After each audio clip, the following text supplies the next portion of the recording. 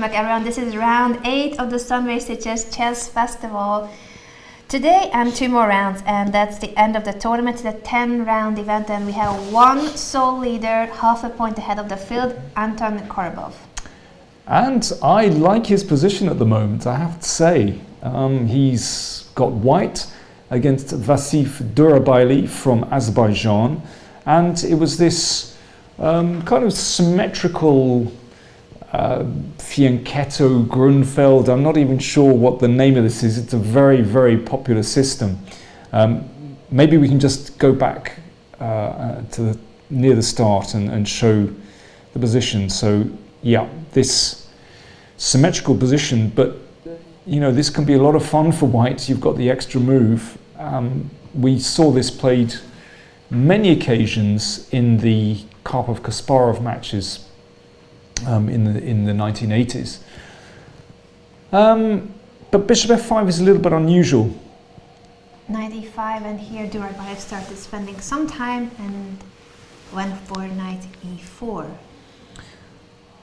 Bishop f4 is still a symmetrical position if black plays knight c6, but he took first on c3, then knight c6, and after the trade it is yet again a mirror position where white makes the first move, queen a4. And it makes a massive difference to the position. No, queen a5 starting. Play it. Yeah, this is the end of the mirror position. Instead of that, queen to d7 was played to protect the pawn on c6, rook f to d1, rook to c8, more defense on that weakness.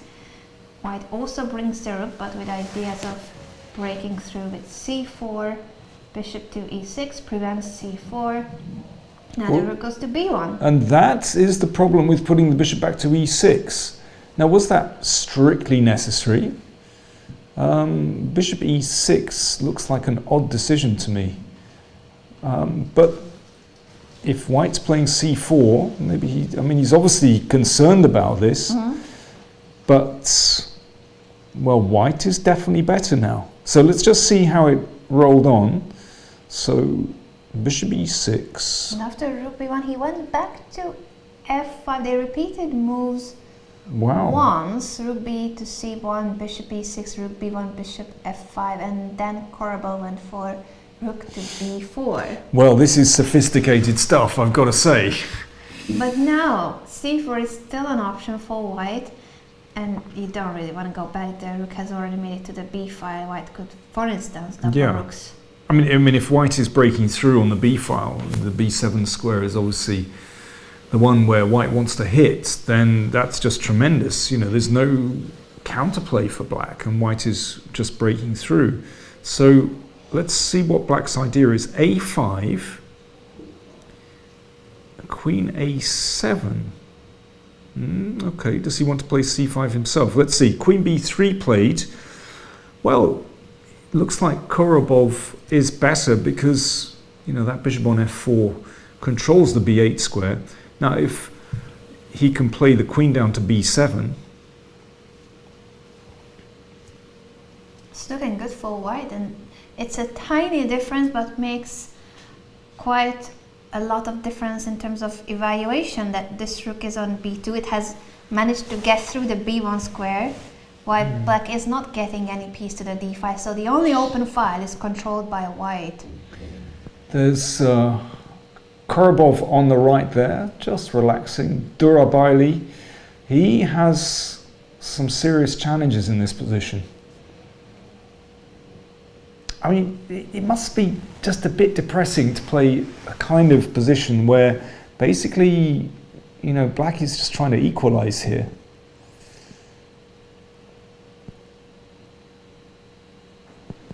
Okay, so if we're going to try and hold this, what are we going to do? I mean, if the queen goes to b7, you can play the rook over to a8. Then c6 is hanging, actually.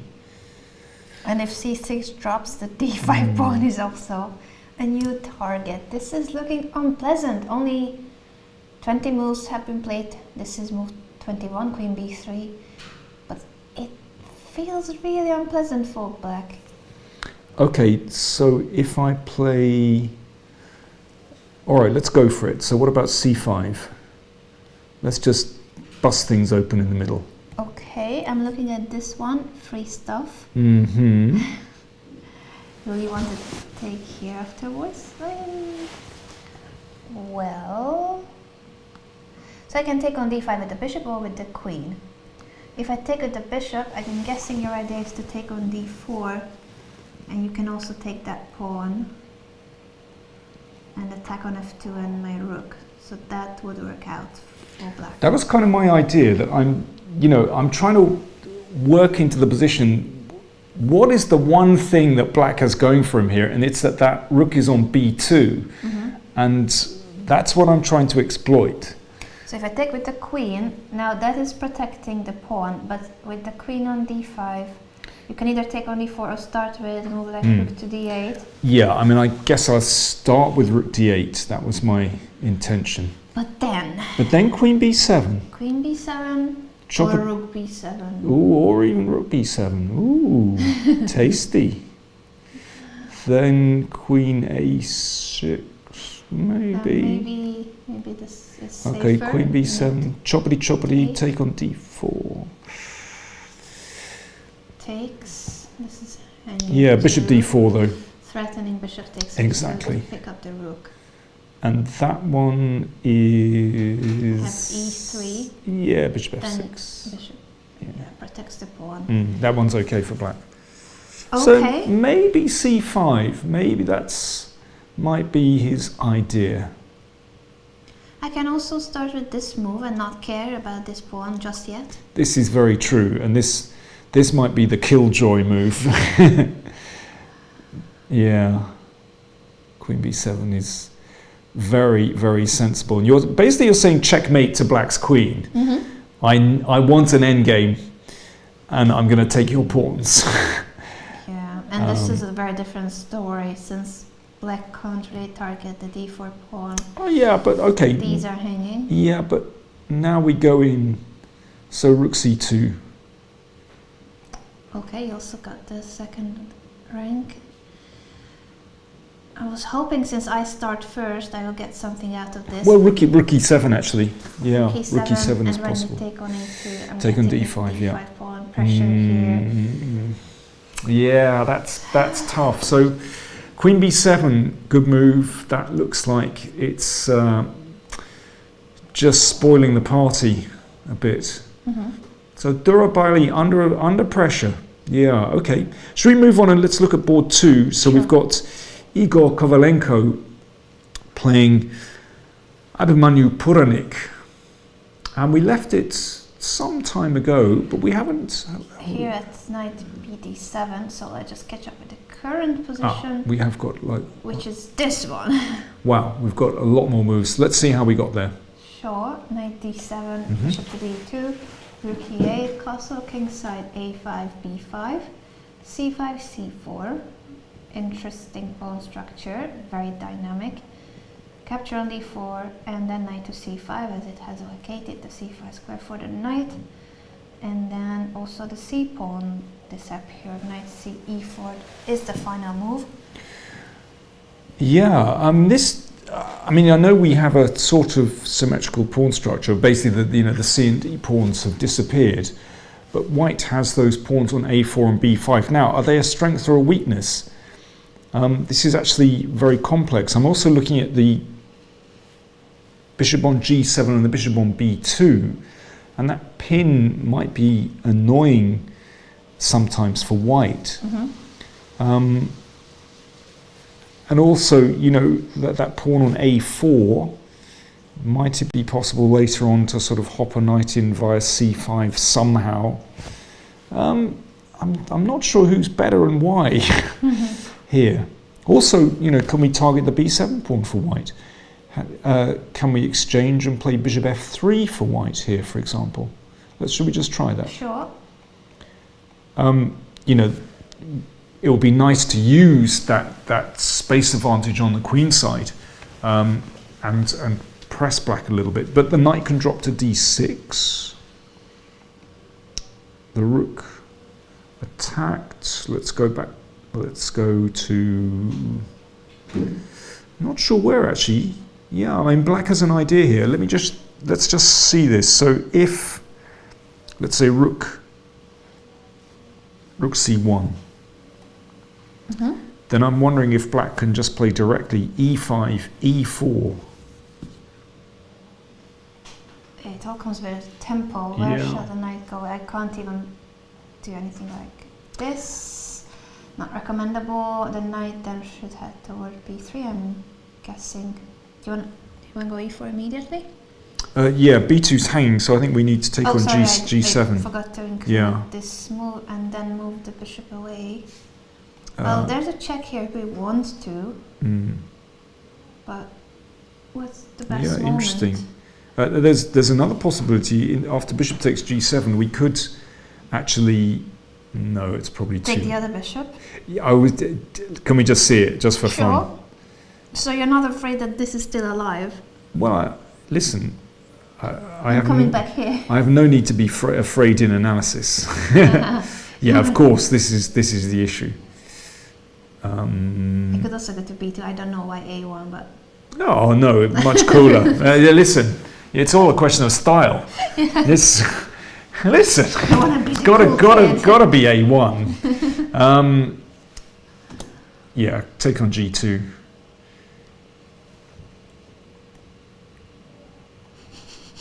Yeah, could do. Rook e1 or queen d4. Queen d4, I'm going to play f6, of course. Queen d4, you will... I've got to play first it. take the check. I could take the check first. Thank you for pointing that out, Anna. Yeah, I needed more siesta time. Rook e1, threatening queen d4, and you're saying that this is fine because f6. Interesting. Well, the position is the following. Still, knight c e4, and no moves have been played. So, Kovalenko may be considering the capture on e4 and then bishop f3, or what he played, taking on e4 and queen c2. Ah, that's on the board, is it? Yeah. Ah, okay. Just realized. Well, considering the variation we've seen with e5, e4, okay, taking on g2 was maybe pushing it too far. But this is a far more sensible way of playing, of course, because that bishop on f3 invited the pawn to come down to e4. So, yeah, that's very sensible. So if knight d6, can we go in like Flynn, rook c7? 96 has just been played. The rook c7 is the most tempting. Is there anything wrong with rook to c7? Anna, in like Flynn, come on. Let's do it. Yeah. Okay, I would guess that black should try to get rid of that rook with, for instance, developing this bishop. Not that it has many squares. Can't place it. Yeah, exactly. This is the problem, actually. Rook c7 has been played. Yeah. So bishop d7 with the idea of rook c8. I feel like it's so cramped here. There aren't many squares, but there are too many black pieces that want them. Do you know what? I'm sensing that Abimanyu is maybe not best pleased with this position, actually. No, I think this is tough. I think it's worked out pretty well for Kovalenko, actually. I mean, if bishop d7, we could just play rook c1. I don't know if we need to support it. And the other, yeah, okay. I feel like there will be problems with a5 now, too. Well, there's a couple of moves here. Maybe bishop a3? That invites taking on d4. I think, well, it still feels better for white. I'm not sure about bishop a3 or maybe bishop f3 in that position. Maybe bishop a3. I've still got to watch out for e5, e4. So that's why not bishop f3 in case there's e5, e4. Or one could just simply take and put the queen down on c7, actually. Yeah, makes sense as well. Queen c7 threatening queen takes a5. Oh, you like your pawns, do you? You're a pawn grabber, aren't you? I see a hanging pawn, I take the hanging pawn. Yeah, I think Abimanyu is maybe not looking so comfortable there. Yeah, very clever opening choice from Kovalenko, I would say. You know, it's not highly theoretical. Abimanyu was having to, you know, think for himself from the word go, basically. Very interesting. Okay, let's switch to Awonder Liang against Vassily Ivanchuk on board 3. All right, this is a different story. Let's just roll Wow, back. wow. We left it at the opening stage, and we thought that black is fine. You actually predicted 0-1 at this stage of the game. I did, just because I felt, not that, you know, white is slightly better, but to my eyes, there's not enough pressure on black's position. So then Awonder said, I'm gonna create pressure. Knight d5, then c3. And he went for the alpha 0 move, h4. After bishop h6, h5. And when e takes d4, h6. Wow, that is really enterprising. Well, I tell you what, credit to Awonder for playing like that. Really enterprising. You know, he's showing he's not afraid of Chucky, basically. Okay, so let's roll on. Let's see what we got. Black took on e1 with a check, queen takes c1, bishop f6, and now white takes the pawn back on d4. Doubling these pawns would be structurally cool for black. Everything else is wrong with it because of the dark squares that are weak. Funnily, yeah. Or maybe that's still playable, actually. Yeah, I think maybe the problem is the C file as well, actually. Yeah, because the combination. So dark squares on the king side and the c file on the queen side. And white can play for those two weaknesses. I don't think that Chucky is considering bishop takes d4 seriously. Probably he has other options. Knight jumps toward d3. But then again, does he really want to live with the knight on c6? This is the problem. I mean, he's going to have to. He's not going to take on d4. He's got to live with the knight on c6 or cover the square with bishop b7 and exchange it off. But also not ideal because the bishop can come to d5. So this is very interesting. Yeah, I think Chucky realizes he's worse. Well, that is a fantastic idea from Awonder Liang. Was it possible to, after 12h4, to stop it with h5? yeah, then the g5 square is available. That's the problem. Yeah. h6 is an option too. h6 is an option. h6 was an option, definitely. But then again, you know, it gives white something to nibble on, basically. Yeah, and perhaps Chucky thought that this is slow and it's not that threatening to have the pawn on h6 when he still has the dark squared bishop. So he plays, this is our analysis, instead of bishop takes, he went knight to e5. Yeah. Okay. So covering c6, that's sensible. So if knight c6 we can trade, and then actually bishop c4 will cover the d5 square, for example. But okay, what happens if, right, the knight is threatening to transmogrify into an octopus on d3 if f4 is an ugly move? Yeah, knight d3 potentially. Yeah, that's fine, absolutely fine. H6 could be weak actually in this situation. Yeah, I don't think f4 will be played. No. Let's see what's another alternative for white here. Maybe we're talking down Chucky's position a bit too much. I mean, really enterprising the h-pawn push, but knight e5 covers. And the queen is going to come to d7. Yeah. I think he's probably straightening himself out. Very interesting position. Yeah, the knight on e5 is strong. It prevents knight to c6. As we mentioned, f4 doesn't seem to bring much to white.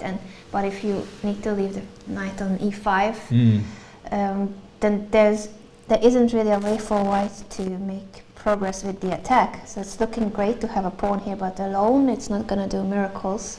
Interesting stuff. There's Chucky getting up from the board. I'm interested in the fourth board, Jaime Santos against Alexander Donchenko. Sure. Our speed king, Jaime Santos, who doesn't want to reflect very much. And if you remember, this was a g3 Najdorf. Now, we had a question earlier from Kevin Winter saying, is it okay for black to risk the complexity of the Najdorf? Absolutely. And let's see what we got on the board. So maybe we can go back to where we left it, right in the opening. Sure, it's about half an hour of time advantage, 25 minutes for Jaime. Not surprising, but it's surprising that he spent almost half an hour to reach move 19. That's a very slow Jaime. I feel like today, knight d2. But still, even using so much time, he's still got a serious time advantage. Over 25 minutes. Okay, hang on. It all happened very quickly. Slow down, Anna. Sure. I've got to take this in. So b5, this is, one of the classic breaks in the positions. Often with the Najdorf, your available breaks are b5 or d5. So b5 looks to undermine white's center, actually. Although we're playing on the flank, it's all about hitting the e4 pawn. So let's see how that happens. b5, a takes, rook trade on a8, and then b4. Okay, if that's taken, then I think e4 was hanging. So that's why Santos pushed the knight away to a6 first. And the bishop a3 to protect his b4 pawn. It looks interesting with the open a5, but the knight doesn't really have a good square except for c7. But also playing b4, it weakens the squares on the c file. It does. That's why black plays rook to c8 to take advantage of it immediately. Queen a1. This must have been his idea, b4, bishop a3, queen a1, but doesn't feel right, this setup. So d5. Donchenko goes for a pawn break in the center immediately. Gives up the b5 pawn. But it also means that he will be able to take on e4 or c2. Ooh, yeah. I mean, to me, white's pieces look pretty ugly here. Yeah, I don't like this bishop on a3, and I don't think the queen is that useful on a1. But in this very moment, the e5 pawn, it's really complex. Will this pawn be taken, or this one? Or this one? 3 pawns are hanging. Okay, which suggests to me that black is fine. Should be. I'm sure black is fine. Which one are we going to go for first? I would like to take the plunge. Okay. Let's do this, Anna. Come on. Rook c2. I knew it. Plunge. Let's go. Attacks the knight. If the knight leaves, this is also hanging. Well, this still is hanging. But also, you never know. We might be able to get through to f2 at some point. Oh. You see? Possible. Yeah. Who is better and why? Should we play queen e5? Hit and hope. It's a hit and hope move. I think I would prefer black here, but it looks just like a big mess. It is, yeah. Then we could drop the bishop to f8, or we could take on b4. Shall we? Yeah, come on, let's it's not our game, we can take it back. We can take it. And now we're threatening knight d3 as well. Yeah. Yeah, and the knight on d2. So hello. Why do I need to prevent it with a move like queen to d4? Okay, but let's... Well, all right, material is even for the time being. So black isn't any boys down at all here. Yeah, correct. That's pretty good news. Mm-hmm. But the knight is attacked. Maybe we should attack something in return. So should we play queen a5 or queen... Is that a use? Yeah, queen a5, because then we're sort of lining up on d2. This has turned into a slugfest. Oh. I like black's position. Well, it's random. It's pretty random. Who knows what's going on here? Perhaps it will peter at a draw, but I feel like if someone has a chance, it's black. Because now we're threatening not only the knight, but we're threatening knight c6 to attack the knight on d2. And I'm also looking through to the rook on d1, on e1 rather. Yep, correct. This could become very sharp and tactical. Could become. It is okay. It is.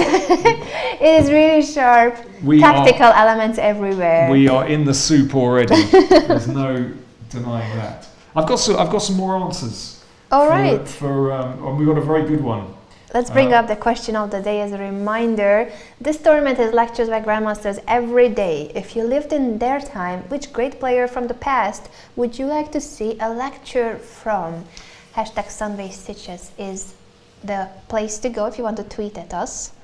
We have Kingly Bingley, lovely username. Kingly Bingley. I might change my name to no, I can't change my name to that. Daniel Kingly Bingley. Daniel Kingly Bingley. Sounds good to me. It sounds like I'm in a P.G. Wodehouse novel from the 1920s.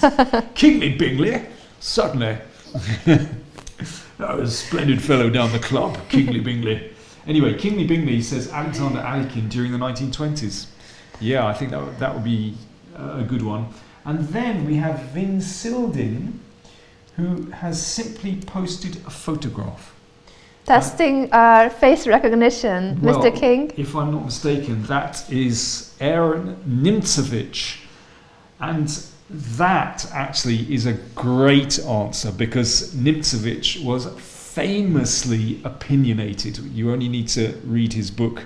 The Blockade. My system. My system.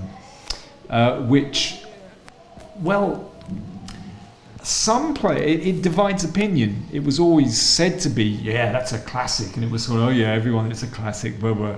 I wonder how many people had actually read it. But actually, some people these days are saying, oh, it's completely unreadable. Yasser doesn't like it at all. Yeah. I don't find it unreadable. It's in old-fashioned English, but I'm an old-fashioned guy. I think he's got some great points, but I would agree too that you shouldn't take it 100% as like this is how chess is. But I think he would be very good to have as a lecturer. That's the kind of answer we're looking for. Someone who is really opinionated, very strong opinions, and Nimtsevich used to get very upset with other players. Who kind Anecdotes. of even sort of made fun of him a little bit. And he was very particular about conditions in the tournament. And I've during the break I thought of an answer as well. What's your answer? Tony Miles. Mm-hmm. We've had these great players from the past suggested. And I like personally, I think Nimtsevich is a great answer. I like Korchnoi and Bronstein. Again, very opinionated people. Well, when I say opinionated, I don't mean that pejoratively. I mean that they had strong opinions and could argue a good case. Tony Miles, the reason I suggest that is that he played some extraordinary games. I mean, really, really creative. But he was so funny. He actually had a really sharp tongue, of quite a devilish sense of humour, actually. But and there were certain players that were on the end of Tony Miles' wit. But he was brilliant as a chess player and a very fine mind, actually. And if you've ever read some of his journalism, his annotations, they were really funny but also profound. He was a brilliant chess player and sadly died at the age of 46, I think, in 2001. Yeah, incredible. I can't even believe that he died at such a young age, actually. Sadly, Tony was a diabetic, and I don't think he looked after himself in sort of later years very well. Yeah. That's really sad. But yeah, really sad. I mean, he was a brilliant chess player. Yeah, but those are great suggestions. Danny, I like your suggestion too. And of course, you can still tweet us during the entire broadcast using the hashtag Sunway Sitges if you would like to get into the discussion. And Danny will pick out some of the new tweets later. So we have Alexander Donchenko there, just mulling over his move. He has so many options available. Maybe on the analysis board we should just go back to the actual position, because I took the plunge and went for rook c2. But e4 is also hanging, b4 is hanging. It's hard to believe that black could be possibly worse in this position. Yeah. In fact, I mean, knight b4 is very sensible. Bishop b4 or knight b4. Let's go knight b4. Threatening knight c2. Exactly. Yeah, I would not like this position much for white. I feel like as white I'm fighting to equalize, and that would mean that something went wrong. But I think this b4, so pushing b4 to chase the knight away, yeah, but if you need to play bishop a3, something is wrong. Yeah, it looks fishy, doesn't it? Yeah, this piece setup I don't really agree with. d5, I think, was the right decision. You want to break through in the center until white's pieces are this strange. Well, it's the classic knight off break, but the position is so fluid now. It's all about tactics. Basically, we no longer have a pawn structure. Basically, it's just completely fluid in the middle of the board. So yeah, let's just see. We've got knight b5 on the board, and then we are suggesting knight takes b4. Knight takes b4 is an option, rook takes c2 is another. I think these should be the main moves that Donchenko's looking at. Bishop takes b4. Do you know what? There's another option here, actually, and I know there are 3 pawns that are on prise, e4, c2 and b4. You don't want any of them? I'm going to ignore them all and play d4. Makes sense. Fixing this weakness. This is still hanging too. But it's preventing queen e5, of course. Yes. And makes sense. Actually, the knight on b5 is without a square to go to. I'm just saying. Trapped piece. Just saying. Yeah, maybe d4, not even capturing any of the hanging pawns. Basically, this position needs a lot of time invested, and he's doing the right thing. The clock situation is not the one on the screen. I think it has jumped back to the original, well, a couple of moves ago that was their time. By now, Donchenko is, I think he has, okay, now we have the updated one. So he's down to 39 minutes and Jaime has over an hour. Can we leap to Timur Gurev? I'm intrigued to see whether he went in for the endgame or whether he managed to sort of fish around. We were playing some funny queen moves, weren't we? Let's get an update on this one. Yeah, we left it here after queen takes d4, where white can take on d4 and then take on d5, but this is gonna simplify the position way too much. Drawish endgame. Did he go for this, or did he keep the queen on the board? Because our suggestion, actually no, Danny's suggestion was this brilliant queen c1. Well, I'm not sure it's brilliant, but I'm gonna call it brilliant. It was just a way to keep pieces on the board. So what did he play? It's brilliant because it doesn't blunder the game away. Yes, that would be less than brilliant. Okay, what happened in the game? Da-da-da-da-da-da. Bishop takes d5. Bishop d5. It was obviously a load of rubbish. Oh, they transposed to this position. Okay, and it's equal. Well, it's hard to believe that white has more than equality, yeah. This is looking great, but everything else is symmetrical. We are on equality street here. Yeah. But, well, we've seen Gurev grinding away in other positions. In fact, you know, this is very much his MO, isn't it?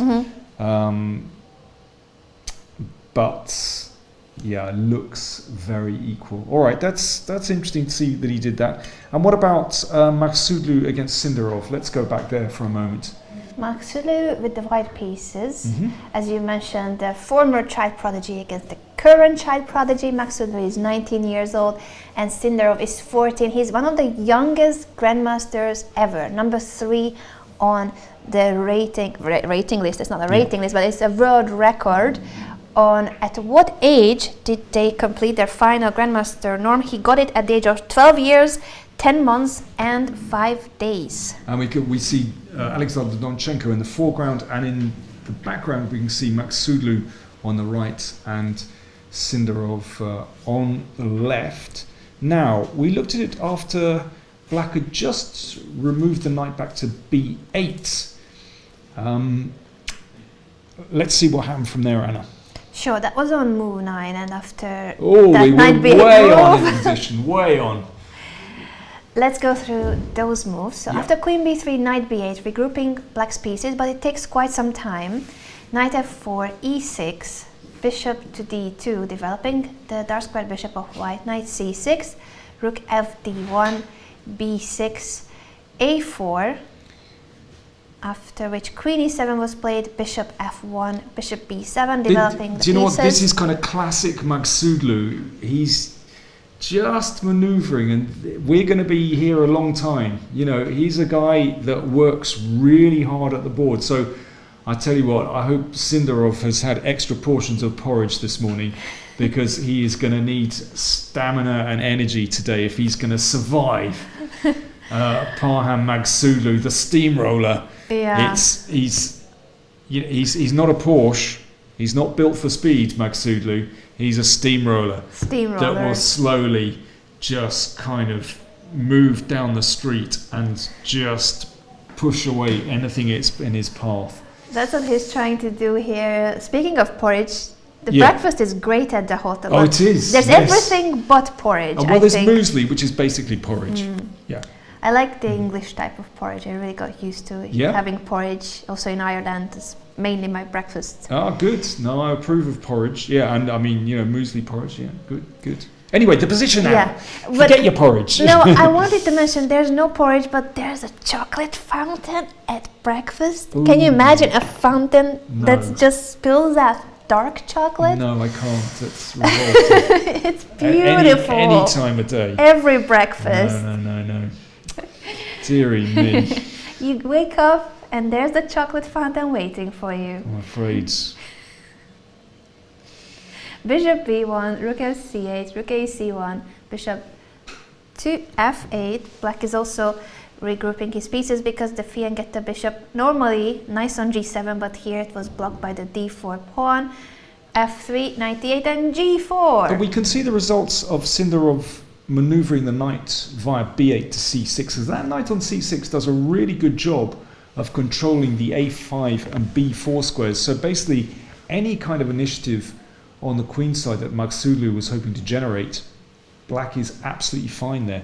So instead, he's turned to the king side and is starting to gain space over there. I mean, it's fascinating stuff. I mean, he is really a unique player, Magsudlu, I have to say. He plays in a very original style to my eyes. I agree, and it's not the typical style of the current generation. He's more of a classical player, but with creative ideas. I like g4, and I would like to know what Sindarov played, because he has stood up. So I don't see it on my analysis board just yet. On the live board, we have... I think we have the same position, g4 being the last move, but black has made a response already. We have just a slight delay in the transmission on our board. Can we update and see if it's appeared? Still not. Not yet. Okay. We await. It's interesting. Magsudlu can sometimes consider taking on d5 here. If black is careless, then sometimes that can work. You know, if that knight moved too early away from f6. And I'm looking at that bishop coming to g3 as well to claim the diagonal. Yeah, this position is really rich. It started out as quite a symmetrical setup, but after... Oh, has something... Oh, Donchenko, what's he done? Wait a second, we need to go back to Donchenko's Donchenko game. took the plunge. He took on c2. He didn't go d4. That was the trendy move. He took the plunge. Good man. And Jaime Santos moved. He replied instantly with queen d1. This is incredible. Pieces are flying all over the board. He resisted the temptation. How could he? He resisted taking the pawn on e5, which would have attacked a piece. And instead, he's gone for queen d1. Well, that is a big surprise. I mean, Donchenko must be more than fine here. Yeah, if queen to d1 is the best move for white, this bishop is still stuck on a3. The knight on b5 doesn't have a good way back. It's basically trapped. It looks like an active piece on b5, but it doesn't have support and it doesn't have a square to jump to. Well, the obvious move here is rook a2, of course. Yeah. Because queen b3 is impossible because of rook d2.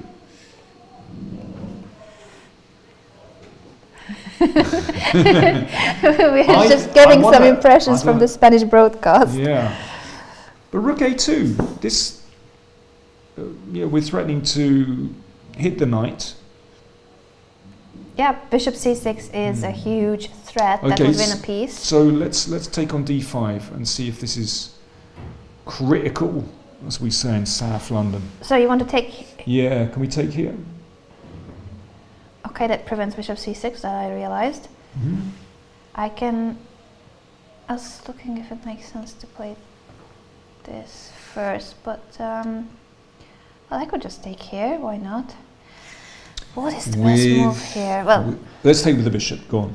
Okay, because after the trade I would be extremely happy winning the game, 2 knights hanging. Oh, knight c3, knight c3, queen Oh, I'm d2. not that happy. So hang on, no, it's... Who's happy? Who's happy? Who's queen happy d2, and why? d2, what is hanging, knight how many a2, pieces? and there's a back rank available, queen a2, be careful, and now rook takes, oh, scary Mary.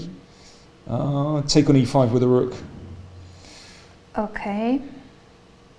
This is hanging, this is hanging, this is misplaced. Yeah, it might have, this one might have flipped. Okay, we got a little too excited. We played moves very quickly. Rook c2, queen d1, let's think. Think, Anna. This is, what are you talking about? I thought rook a2 makes sense. But I mean, what I'm saying is, if the worst comes to the worst, black can just play rook c8 here. True.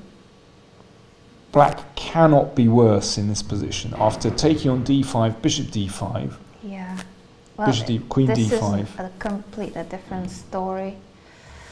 Oh, looking really good for black. Actually, I wouldn't be surprised if black is winning material. Here the b5 knight once again doesn't have a square, and black is also threatening rook d8 to pick up this knight. Well, bishop c1. No, it cannot be. This is horrible. Maybe that's the best, rook to c8. Well, it's a kind of prudent move, isn't it? But all I'm saying is black cannot be worse in this position, you know.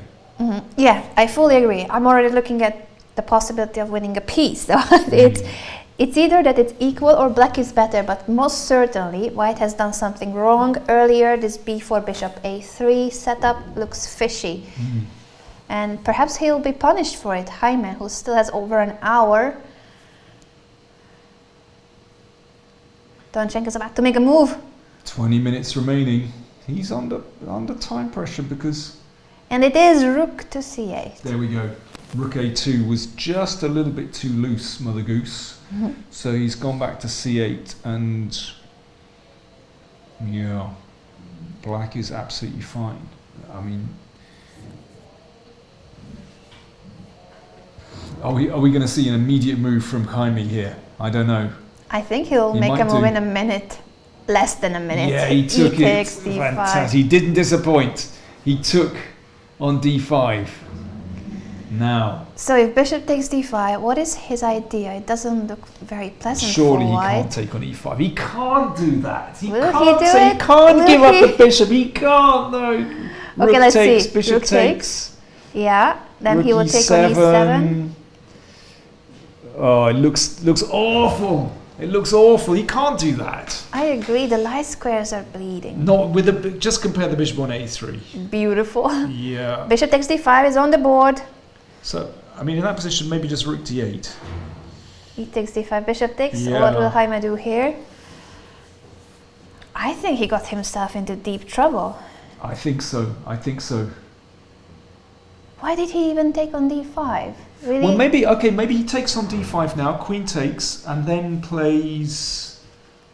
Well, his knight is hanging and he doesn't have squares. What does he do? Queen e2. Can he get away with queen e2? Really? I don't know. I mean, I can come back. I can come back here if I want to. This, it feels like it's too loose. There has to be something here. Well, he played. What did he do? What did he do? Bishop to f1. Oh, Really? he protected the knight on b5. Okay, but that leaves this piece alive. It does. Everyone would take black here. Okay. But this there is is the terrible. danger that this could fizzle.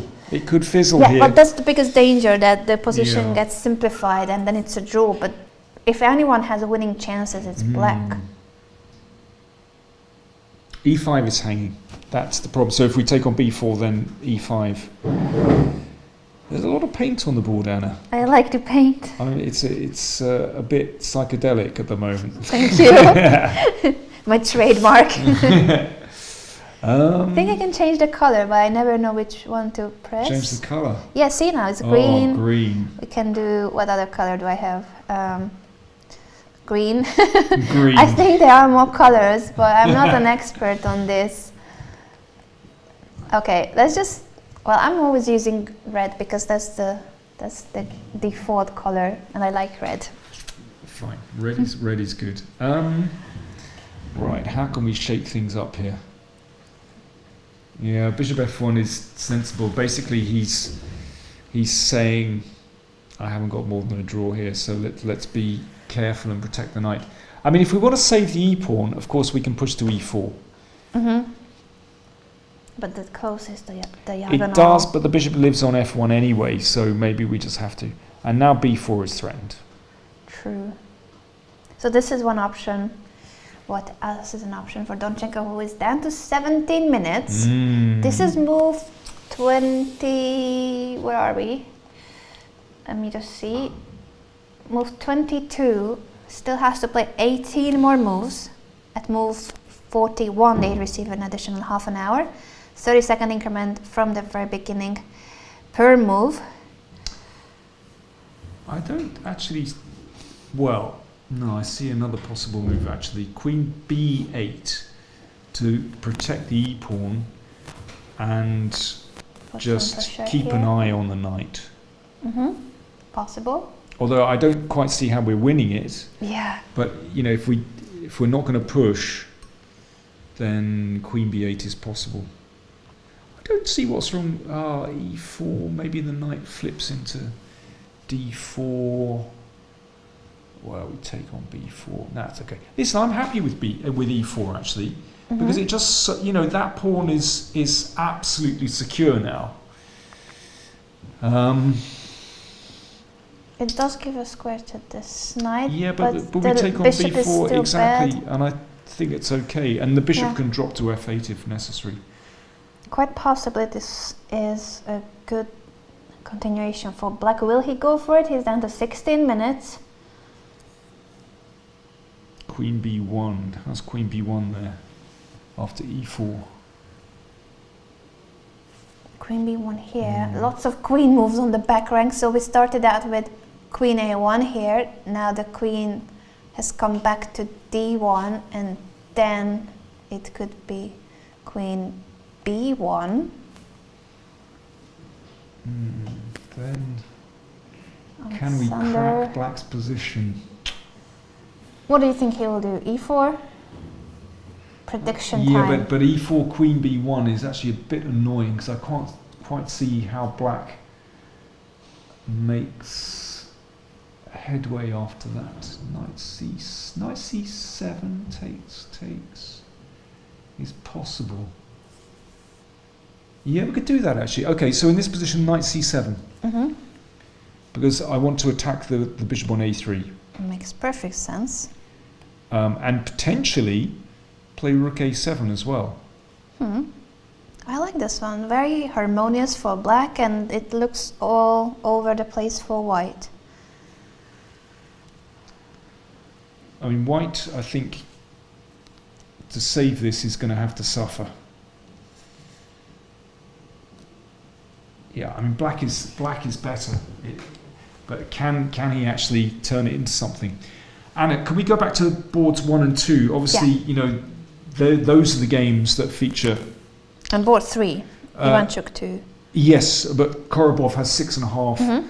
against Durarbayli with 6 and Kovalenko with 5.5 against Puranik with 6. So those are the top players.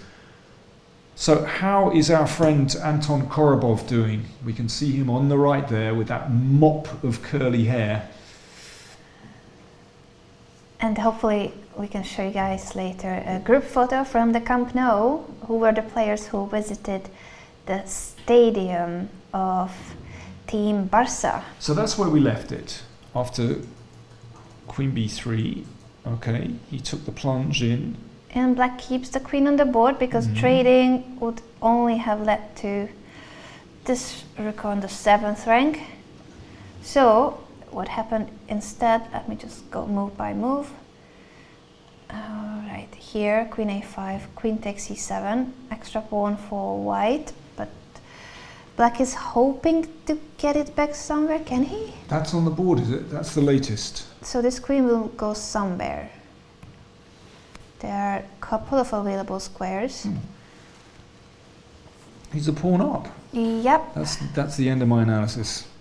Better for white. Free stuff has been taken. Yeah. Let's keep it. I don't want to give up the c3 pawns. I would like to not lose it. Well, okay, let me point out a very silly move. Queen a3. Oh no, it's not quite losing the queen. Bishop f8, and you've got bishop d6 still. I'm not losing the queen, but I'm losing my pawn. Queen c3. For the trade of the dark squared bishops.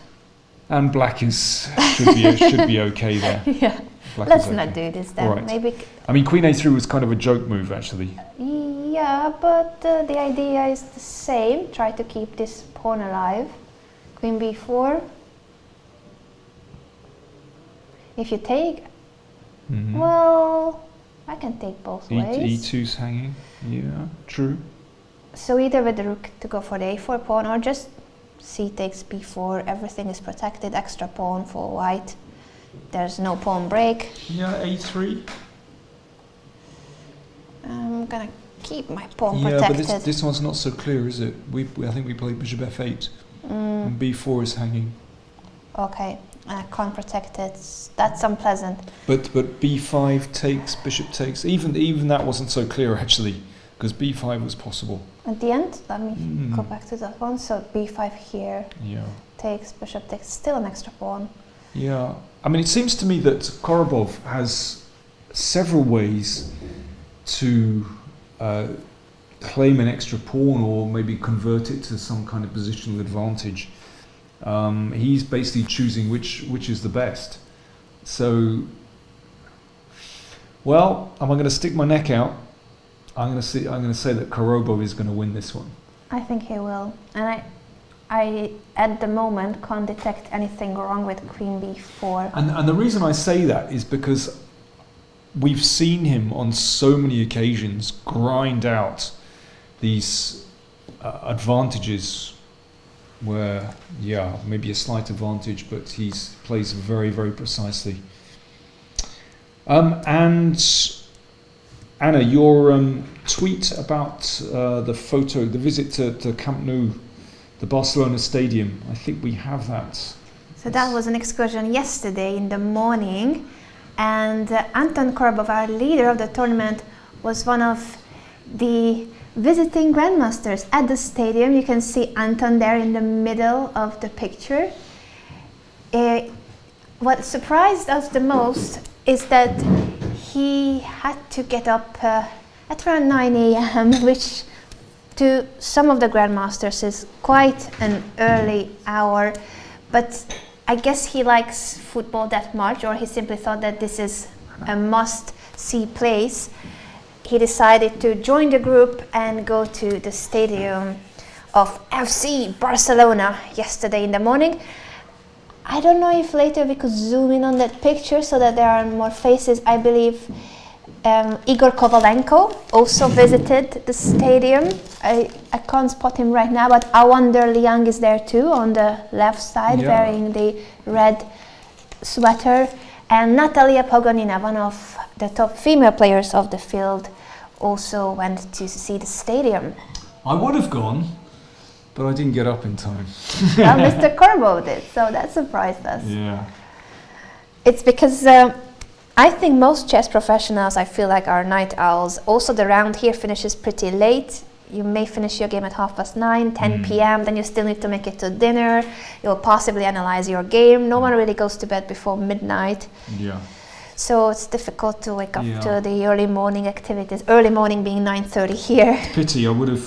Apparently it's a fantastic stadium, and I really enjoy my soccer. But anyway, another time. Soccer. Yeah, soccer, football. I'll get everyone down to Griffin Park. They might be less impressed with the Brentford Stadium, but anyway, it's very special. Your favourite team? Built in 1904.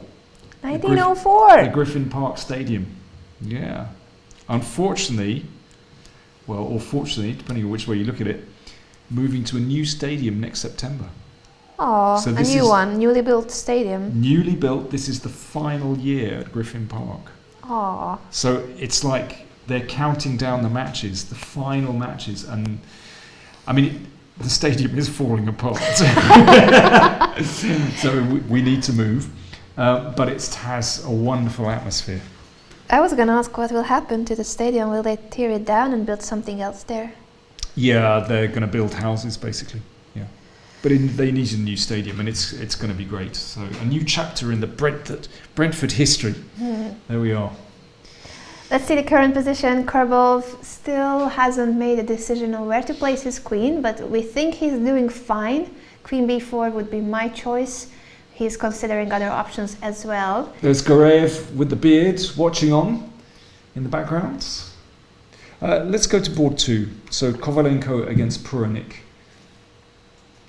I like to see that on the top 3 boards we have 3 of the Grandmasters who visited the stadium. So they are here for the chess, they are doing well, they are among the leaders, but they also care about seeing a bit of Spanish culture, tourism, going to Barcelona. Yeah, nice. Okay. Now, we have black. Puranik is trying to break out in this position. So after rook c7, well, okay, we go. This is the current one. Do you want to go move? Yeah, we need to go back. Rook c7, e5, knight back to f3, e4 allows the knight to jump back to d4, queen g5 with ideas of bishop to h3, rook to c1 gives space to the bishop on f1 in case of bishop h3, bishop to g4, trade on g4 and h3. This is now the current position. Well, basically black played e5, e4 simply in order to develop his queen side, to get that bishop out. But of course, playing the pawn to e4 is a big concession because white now has this knight on d4 which can't be driven away by a pawn. The rook is still on c7. You can see the rook and the queen targeting the f7 pawn. Black has no attack on the king side. No. White is looking very good here. Now clock times. Yeah, I think the clock times are basically, it's kind of a symptom of what's going on in the position. It's indicative of the fact that Puranik is really under pressure here. Only 20 minutes remaining to Kovalenko's 52 minutes. Puranik is in trouble here, I've got to say. Yes, I believe so, that white's position is looking great here. So we have seen Korobov doing well with the white pieces, Kovalenko too seems to be doing very well. And how about board 3? Board 3, Awonder Liang with the white pieces. He also visited the stadium. Ivanchuk didn't, but Ivanchuk is a loyal supporter of Real Madrid, so maybe that was a question of principles too. Yeah, okay. I don't know, or he just doesn't want to get up that early. He goes for his walks. He walks a lot on the promenade, before the round, after the round. You can bump into Vassily quite often.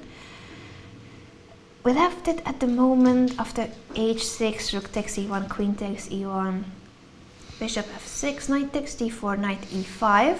White developed his bishop with bishop e3, queen d7, as you mentioned, looks harmonious. No, I was just smiling at Awonder Liang, who just yawned beautifully there. Aww. Yeah.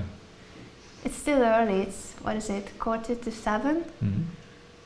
Okay, so what happened? What happened, Anna? What happened? Knight c6. Show me what happened. Knight takes c6, d takes c6, and queen f5. Okay, chunk is Rook fine. d1, rook e8, queen to d2.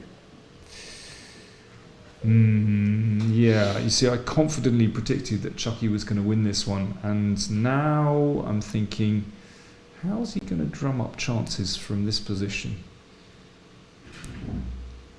Well, let's look at the positives from Black's position, which is the rook on e8. That's on the open file. I mean, it's closed with the bishop on e3 at the moment, but that's a positive.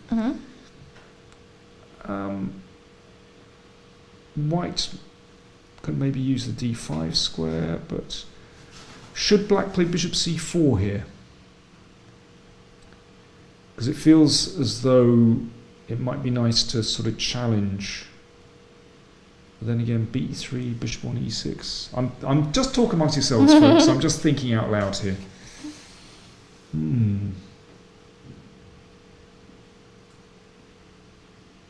It's a difficult one. Interesting pawn structure for white, expanding all the way to c6 and h6. They can be a strength in the position or a vulnerable spot later. Well, it actually, in some ways, it rather restricts Black's options. Yeah, at the moment it does. Yeah, because you've always got to watch the back rank, and if White ever breaks through, then c7 is a target. So it's actually very complex, but I don't quite see a plan for Black at the moment.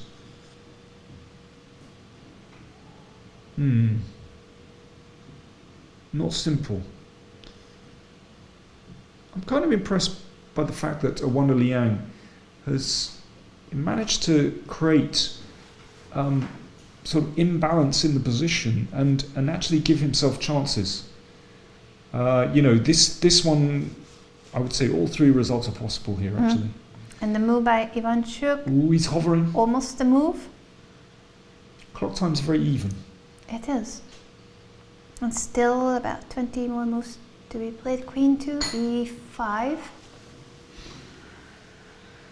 What's that about? Chucky, what are you up to? The only open file is the e file, but this bishop on e3 is closing it down. That bishop on e3 is now obscured by paint. Sorry, I'm gonna remove it. The bishop on e3. Bishop d4 is an option, but then he would get into... No, he can't. He will have to... Yeah, this is protected, so what am I saying? Queen e2 is not an option. He will have to go back to somewhere where it's protecting. And then the bishop could go back to e3. Is this a tacit draw offer? Would he want to make a draw in this position? I don't know. Okay. Well, I mean... Awonder is still not impressed. But I find it very difficult for Black to actually find any kind of coherent plan here. So maybe Chucky is just saying, okay, I'm putting my pieces in the middle, and maybe a draw is okay. Interesting. Well, we'll need to see whether Awonder goes for bishop d4 in this position, and if so, will we see a repetition of moves? That's going to be the main question after a short break. So we'll come back with Ivanchuk's game and the rest of the top boards from round 8 of the Sunway Sitges Chess Festival.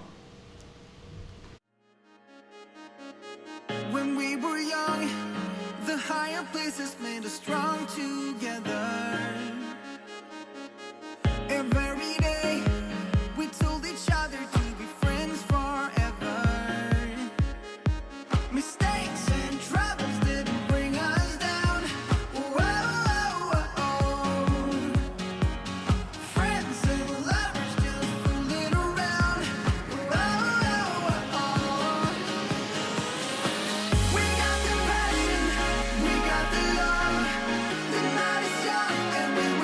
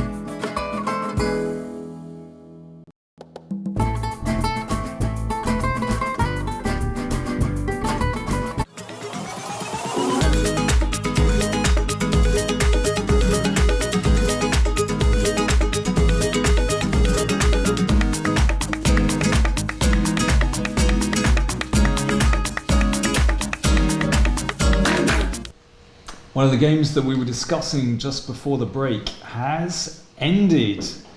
Let's go to Jaime Santos against Alexander Donchenko. What happened, Anna? I still don't know what happened. We've just come back from the break to this piece of information that the result is a draw. So let's go through the final moves. Bishop f1, e4. Wait, this is our analysis. Let me just update the board. And let me update it to bishop f1. Bishop takes b4. Okay, he didn't even try. But that, yeah, it's just that this frees the bishop and exchanges the b pawn for the e pawn. So yes, that's too much of a liquidation. Now this, we can understand it. And ended in a draw. They made a couple of moves. And after the trade on d5 2 and rook d3, capture on d8. Well, Donchenko went down to 3.5 minutes. Maybe he thought that keeping the position complex when he's so much down on time, it's a 50-minute time advantage for Jaime. Yeah, maybe. But we felt like if anyone had a chance, it could have been black after bishop f1. We were considering Pawn to e4, yeah. pawn to e4. And then this pawn is still in the air, the a3 bishop is misplaced. So there's some potential in here. A little, yeah, a little potential, certainly. Didn't happen, it's a draw. Yeah, I mean, maybe with some accurate moves, white would be fine. But yeah, I think you could be right that he basically took a view and decided not to risk too much short of time. Okay, let's go back to board one. I think, we need to concentrate on those top boards. If Korobov wins, then he would make a big stride towards that first place. And this position has also evolved a little bit. We left it at the moment. Well, hang on. Is that actually on the board? I think so. Oh. So, rook f e8, and he went to a3. This is exactly what we looked at. Well, yeah, all right. Well, we looked at lots of things here. Well, you were saying queen a3, it's an almost bad move because the queen is almost trapped if it wasn't for bishop to d6. But I didn't like this that much because you give back the pawn. No. He played rook b4 after bishop f8. Oh, that's very clever. Wait, why can't I see it? Let me update the board. Rook b4, offering the exchange. So if it's taken, I guess pawn takes. There are some juicy dark squares on the king side. Oh, I meant dark squares, not the e6 square. Really interesting. Okay. A pawn and a piece for the rook. Good comp. It wasn't taken. But he didn't take. Rook takes e2 instead. This is still pinned, but the white naggles bishop f1, rook c2, and rook takes a4. Both queens are hanging. Queen takes c3. This is at the moment equal material, and it is so much equal material that actually I'm doubting, does Korobov still have something? I'm not sure. What's he planned here? I mean, feels to me as though Durarbayli has emerged from his difficulties somehow. I still wonder whether after rook f e8 was queen b4 a good alternative. I really like this move. We'll never know, but I think queen b4 is the move that could keep the pawn. Well, you say we'll never know. I'm sure someone will tell us. Because someone with an engine might be able to tell us. I don't know. Maybe queen a3 is the best move, but I like queen b4 personally because I want to keep the pawn. It's free stuff. You capture the free stuff, then you keep the free stuff. That's my philosophy. What's yours, Danny? Well, it's just in this position they've arrived at. I don't see how white is claiming any advantage. The pawns on c6 and d5 are solid now. There's even a bit of potential hassle with bishop c2, but no, it's not a big deal. What do we do? Rook c1? Exchange off the active rook? would make a lot of sense. Yes, this is an annoying yeah, piece. but then takes and rook b8 and the rook comes to the back rank. No, it's no good actually. It's no good. Do you see what I mean? Rook c1, chop chop, rook Chop, b8. chop, chop, chop. Rook b8. It's no good. I mean, black is actually potentially better there. Yeah. Yeah, that's just feels a bit unsatisfactory from Korobov that he could have had something, but I don't see how he has any advantage here at all. Actually, Yeah, I think it has petered out. It could lead to a draw soon, I feel like. I suspect it's one of those positions where he must have overlooked some little detail, and now does he have to be a little bit careful even? Just because white's pawns a2 and d4 are isolated, black's pawns c6 d5 look fine. Mm-hmm. I don't see, there's no kind of objective reason why white should have any advantage. Indeed, black, if things go very well, it could be good for him, but I think it should be a draw. I'm just struggling to see what white's next move is actually. What's sensible? And Durarbayli stands up. He's down to 19 minutes. This is currently move 28, so 12 more moves to be played to reach the time control. Slight time pressure, but the position is not that complex anymore. Yeah, I mean, you could play rook a7 or something. I mean, but it's a bit of a nothing move. Yeah, maybe rook a7, and on a good day you could punt the a pawn. But rook a7, even rook a3, just to exchange off. Yeah, rook a7, rook a3 for black.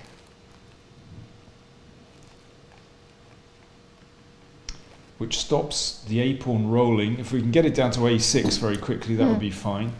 But yeah, after the exchange, then that's blocks that one off. White's rook can't easily get into the game. Bishop d3. I mean, but white has to be careful. Yeah, let's even white will have to be those careful. weak pawns, a2 and d4. It's gone wrong for Korobov. He must have had something earlier or something better than this, because he had a pleasant position and now he may need to be fighting what's for he done? equality. We have a move. Alright, let's see if we can guess this from the camera angle, because my board... Oh, actually, it appears on the board. Rook to a5. Rook a5. Curious. Well, if black wants to, you can get to that same position. You could play rook a3. I don't quite see the point of rook a5, but in any case, rook a3.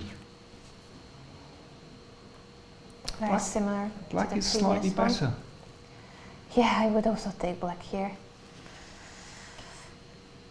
Anton Korobov, we claimed that he had a good position in the middle game. I think it's still true.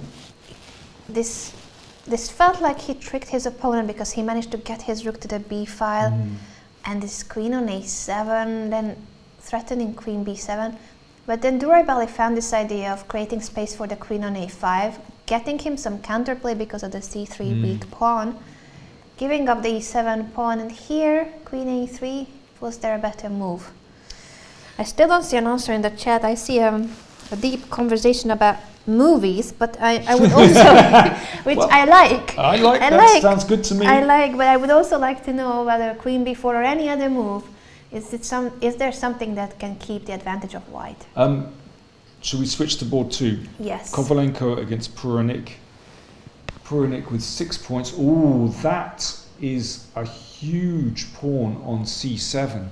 My goodness, is that the latest position? Yeah, let me just add that here you guys are saying that queen takes e7 wasn't the best, so that really? could be a better move than queen takes e7. Thank you, Rainer, for the comment in the chat.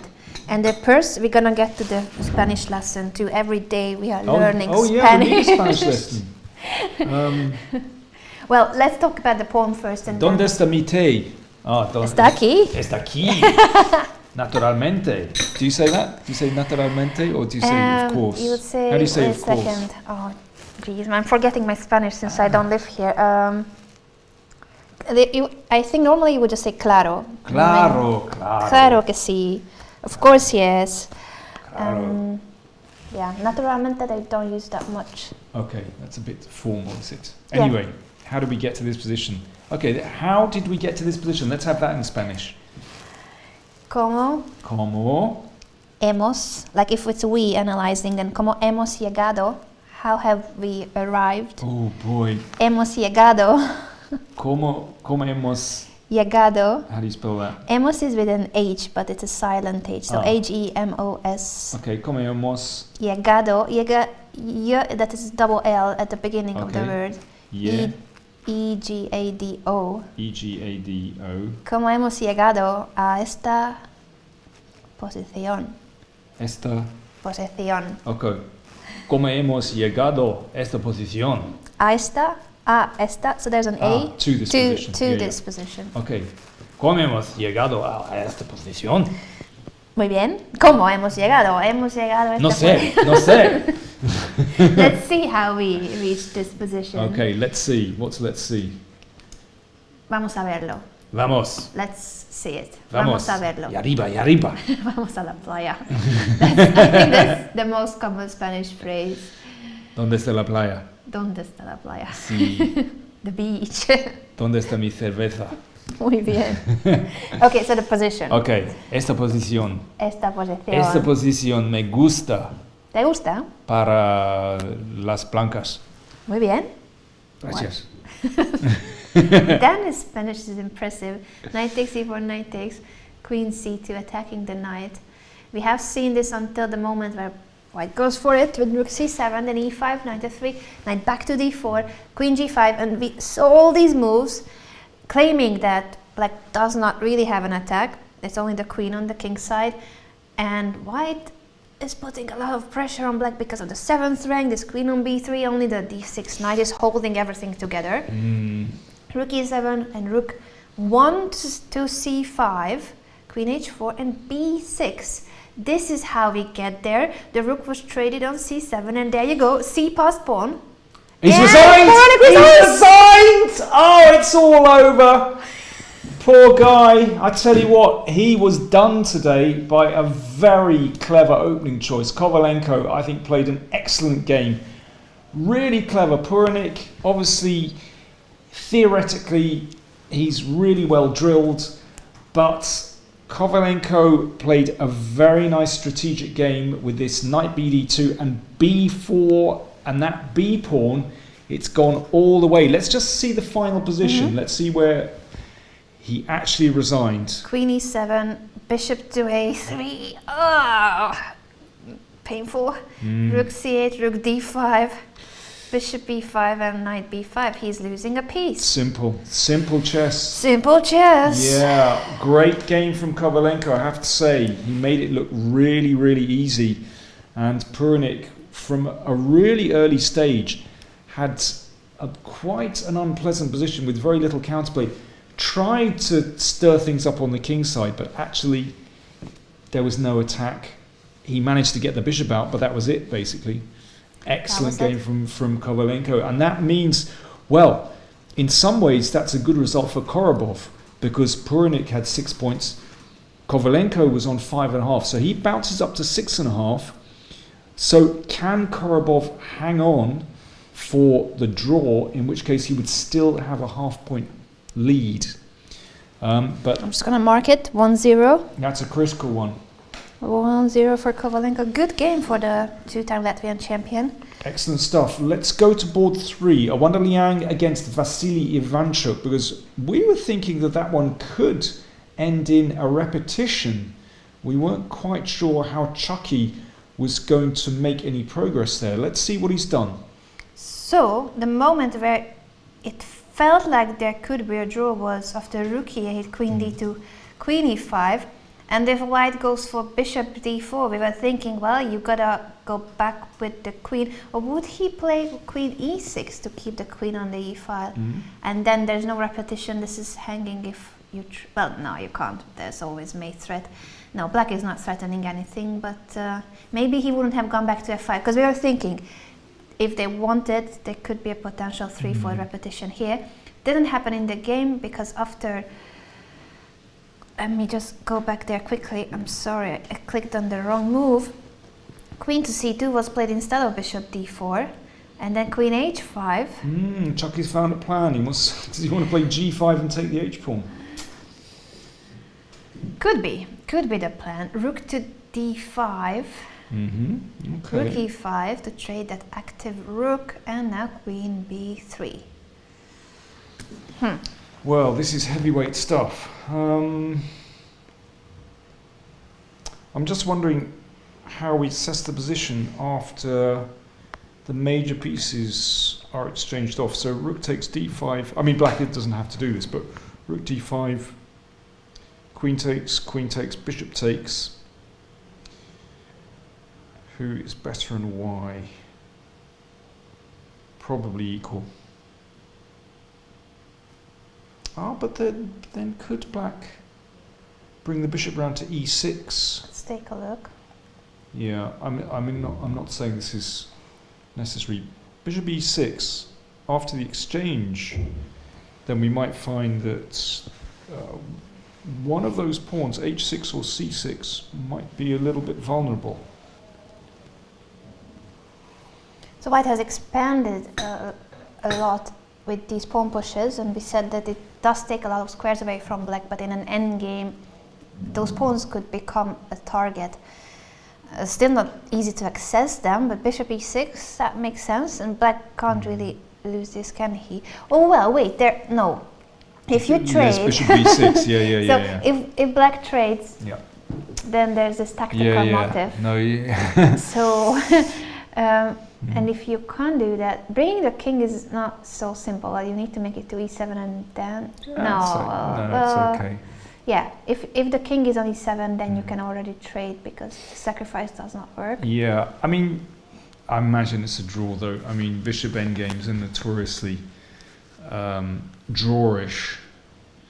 But anyway, I mean, Chucky is not obliged to do that. Let's just go back to the actual position on the board. That was current just position. Current position, yeah. This one, I believe.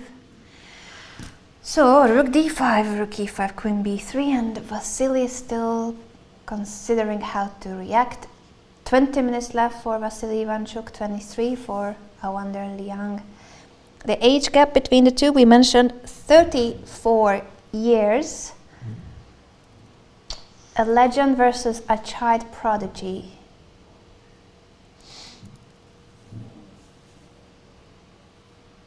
He's not considering g5, is he? To take. He pushed the g-pawn in one of the previous rounds, Mr. Ivanchuk. It just looks so dodgy, g5. No, he's King played. three, He's f8. played king f8. He's putting the king in the middle. Sensible move. Which absolutely, you know, after all those exchanges, as you quite rightly pointed out, the king should be going towards the middle, which stops any of those tricks with taking on b6 and prepares an exchange. Yeah, maybe white has to be a little bit careful in those kind of positions. In the background, so there's Ivanchuk there and Awonder Liang. In the background we can see Timur Goreyev playing white against Arjun Erigaisi. Well, we might check in on that board while we've got that camera angle. Sure, let's do that. And a reminder that the first prize here is 5,000 euros. There's a total prize fund of over 27,000 euros for the two groups. Yeah, not too shabby. Timur Goreyev with the white pieces in an endgame. Is this the current position? Rook and knight versus rook and knight. Progress. That looks like progress. That looks like a lot of progress. Yeah, wow. He's a fine positional player, squeezing out advantages from very dry positions. Do you want to take a look at how they reach the position? Indeed. So we were saying that this looks like an equal endgame, but he's trying. He pushes the kingside pawns to gain space on the kingside, chase the king away, then knight f4, trying to get an octopus. Yeah, but still, it shouldn't be a big deal. But clearly, it turned into a big deal. Sorry, mate. And because of that threat of mate, they had to trade rooks. Black had to trade rooks and allow the rook entering black's camp with rook g8. This is threatened with a check, so black could take the pawn on h3, but then this hangs. d6. King d6. Forward. And then g4 is hanging. Well, the only question is, you know, how big an advantage white has here. I mean, black is hanging on, basically. Can black survive? Maybe. Yeah, it's very close. White could, for instance, take both of the queenside pawns, but It's check. oh, check. sorry. Then I can't. Okay, I don't even see that it's a check. I was going to say that even if he can take the two queenside pawns, I felt like the f5 pawn will fall. Yeah. And then that undermines the e6 knights, but it doesn't even happen. So no, rook takes b7 wasn't going to be a good move in any case. Even if he inserts this move, I feel like this shouldn't. Yeah, but that's king g2 is tricky, isn't it? Yeah, where do you place the rook actually? Oh, we're being told that board 1 has finished in a draw. There we go. Oh, They've gone. that was quick. Okay, let's just catch up. How did they do that? Rook takes c3, rook a5. This That's was where we left it. And then they made a pair of moves, and after bishop g4, black offered a draw. Okay, I wonder. It's not the board where you should wonder, Danny. I'm surprised because, you know, Durarbayli, I feel, was certainly over his difficulties, and if anyone can try to squeeze something out of the position, is black. Now, I'm also looking at the clock times. Only 10 minutes remaining for Durarbayli against Korobov. It looks to me like that's a draw offer, which was kind of out of respect and you know a little bit fearful actually. You think so? Now I know he only has 10 minutes remaining, but still, you know, Carlsen would have played that on. That is for sure. Carlsen, okay, that's a bad example. Magnus would play anything on. Anything. But seriously, I think, you know, black had options there. This means that Anton Korobov is still our leader with this half a point added to the 6.5 he started the round with. But no wait, can anyone catch him? I was thinking no, because Puranik lost to Kovalenko. So only 2 players were on 6 points. Durarbayli drew now with Korobov, and Puranik lost to Kovalenko. Now let's just keep looking at those standings for a moment, because that shows that we've got quite a few games finished, that the stars next to the score indicate that the game is still in progress. So we can see, for example, Nasuta and Ivanchuk, Narayanan, Goreev, Wagner, etc. They're still playing, but Korobov is sitting pretty with just 2 rounds to go, half-point lead.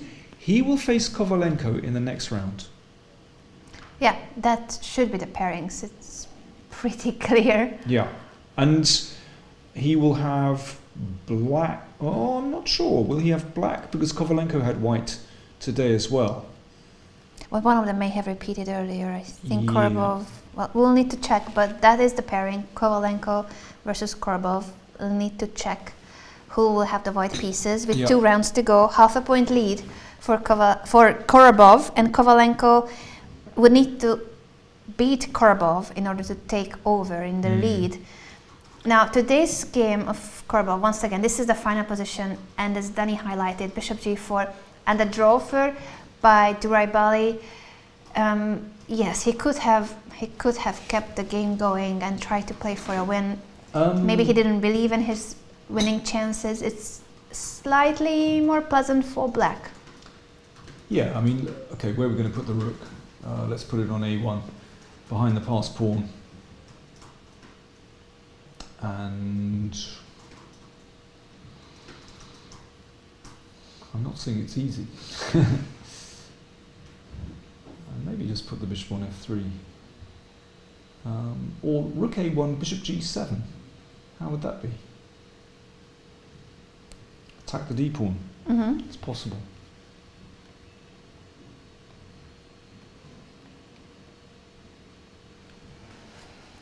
It could have been an interesting game, but both players decided that the draw was a good result. I believe Ivanchuk's game is heating up, at least that is the word of the mouth in the Twitch chat, and I believe everything that I see in the Twitch chat. So this is the current position. No, King F8 is the move we saw. So rook takes, queen takes. Is it really heating up? Well, maybe I misread the chat. You're looking for a bit more, are you? You want a bit more action? I was hoping there's something going on. Well,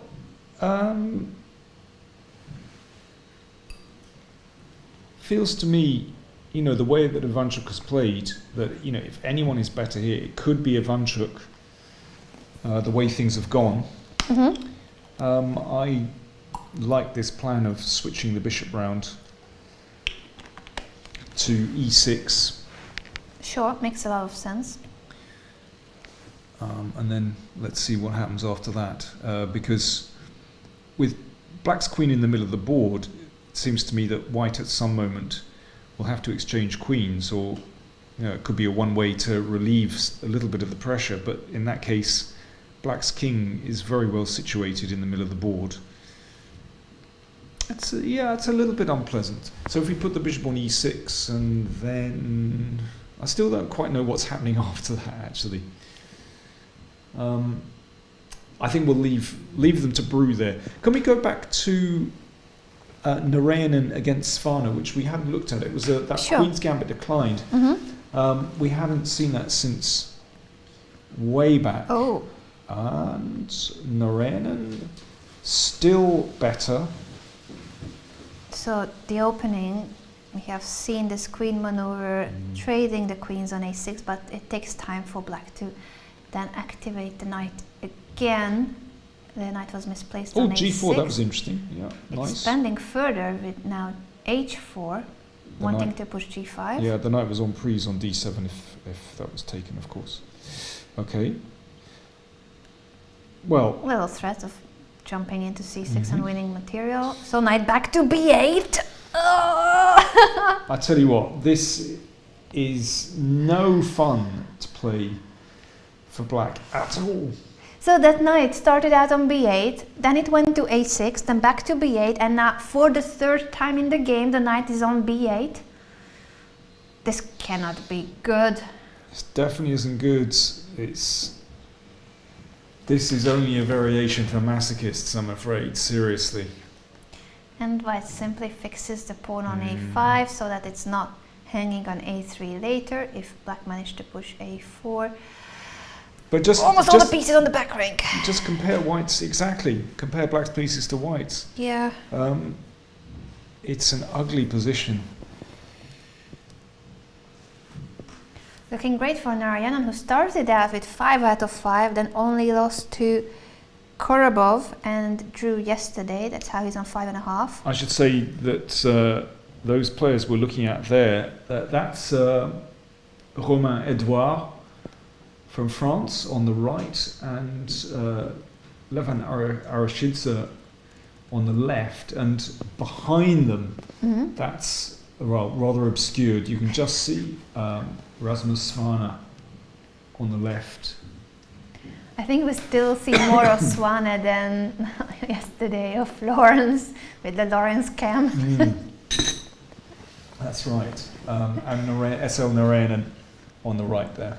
Today, unfortunately, there's no game by Lawrence Trent that we can show to you guys because the first 48 boards are DGT boards, so we have access to 48 games, but Lawrence is not playing on the top boards. not in the main playing hall either, so he'll fight his way back, hopefully.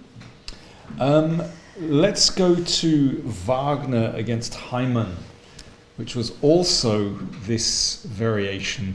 Yep, it was the same line but a different approach, with black trading on a6 earlier, and then queen c8, c5, taking on d4, queen on b7, e5, trade on e4, intermediate move, rook takes d1, knight takes e4, queen f3, rook d8, trade on the d5, then a4, a6. I'm just saying it real quick because they have traded everything since. King f1, knight a5, and bishop c1. Bishop c1? Excuse me? I know, that's my feeling too. Okay, I guess he didn't want... What did he not want? He's jumping in here. Nobody knows. What did he not want? I tell you what he didn't want. He didn't want black playing bishop c7 and tying the bishop. Then the bishop to stays defending forever. here. So he wants to pawn defend on it with f4. Exactly. He wants to Makes defend it with sense. f4. However, this is not a serious advantage for white at all. In this case, black has managed to actually get out of his difficulties. Black is absolutely fine here. And he pushed g5 to prevent f4. Good move. Knight e4, claiming that this may be captured. But now we're probably going to get a trade. So, for example, knight, which one? c4 or c6? I don't know. Probably doesn't make any difference. Let's go c4. How do you want to take? Bishop takes, knight takes? There's also b3, but listen, it's an equal position. Should be. Yeah, if bishop takes, then knight takes b2, and bishop takes, knight takes, and knight b2, and a4 is hanging. That's the problem. Okay, so but instead, if we play black. b3 first, for example, take, and then we take, and it's almost time to head for the buffet.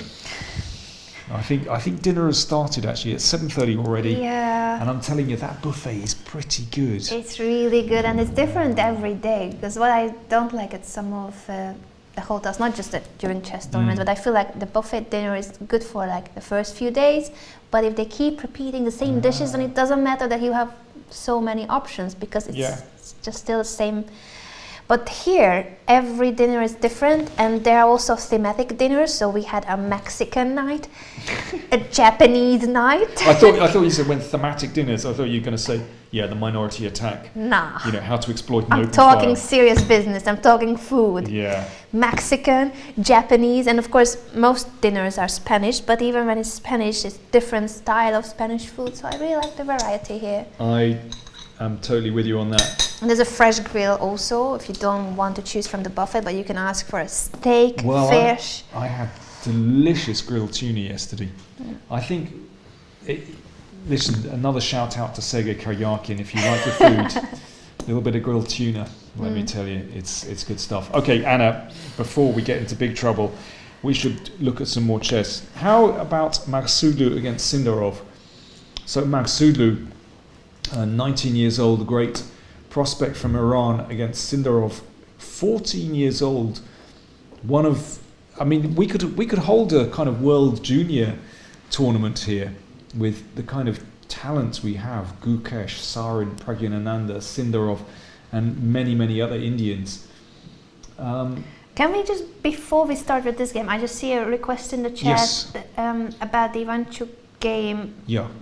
If there is there was a blunder, we need to evaluate whether the game has changed seriously after bishop takes b6, c takes, queen takes. So it's a piece sacrifice, but this pawn is running. Wow. Queen b5, queen a7. 2 pawns for the piece, and this extremely powerful passed pawn. Bishop g5. Golly, we kind of went to sleep and forgot that these sacrifices were at all possible. We went to the buffet. Yeah, we were thinking buffet. I'm getting hungry. Golly. Let's try to think whether the sacrifice was really good for white, or is Ivanchuk okay?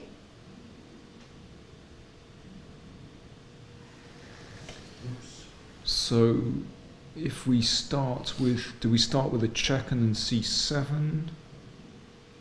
We are being told by James that bishop g5 is a mistake.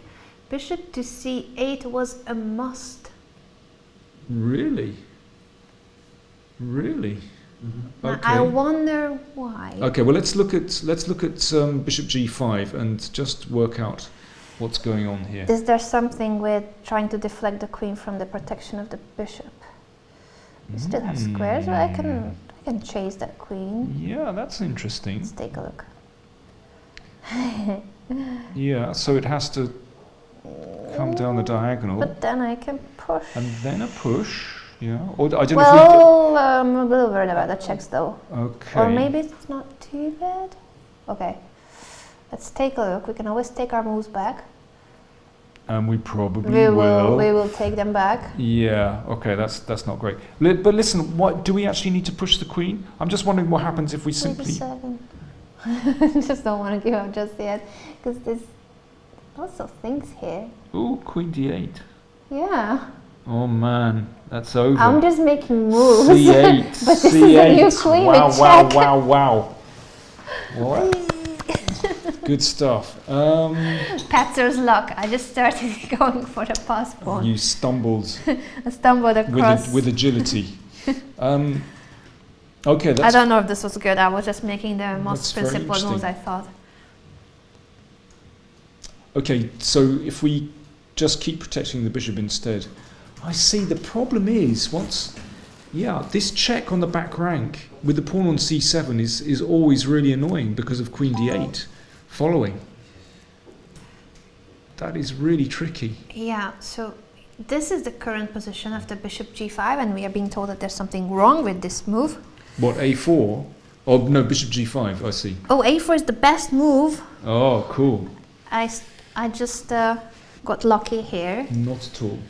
a4. That's really interesting. So suddenly a check and c7. And yeah, queen d8, this is a key move, isn't it?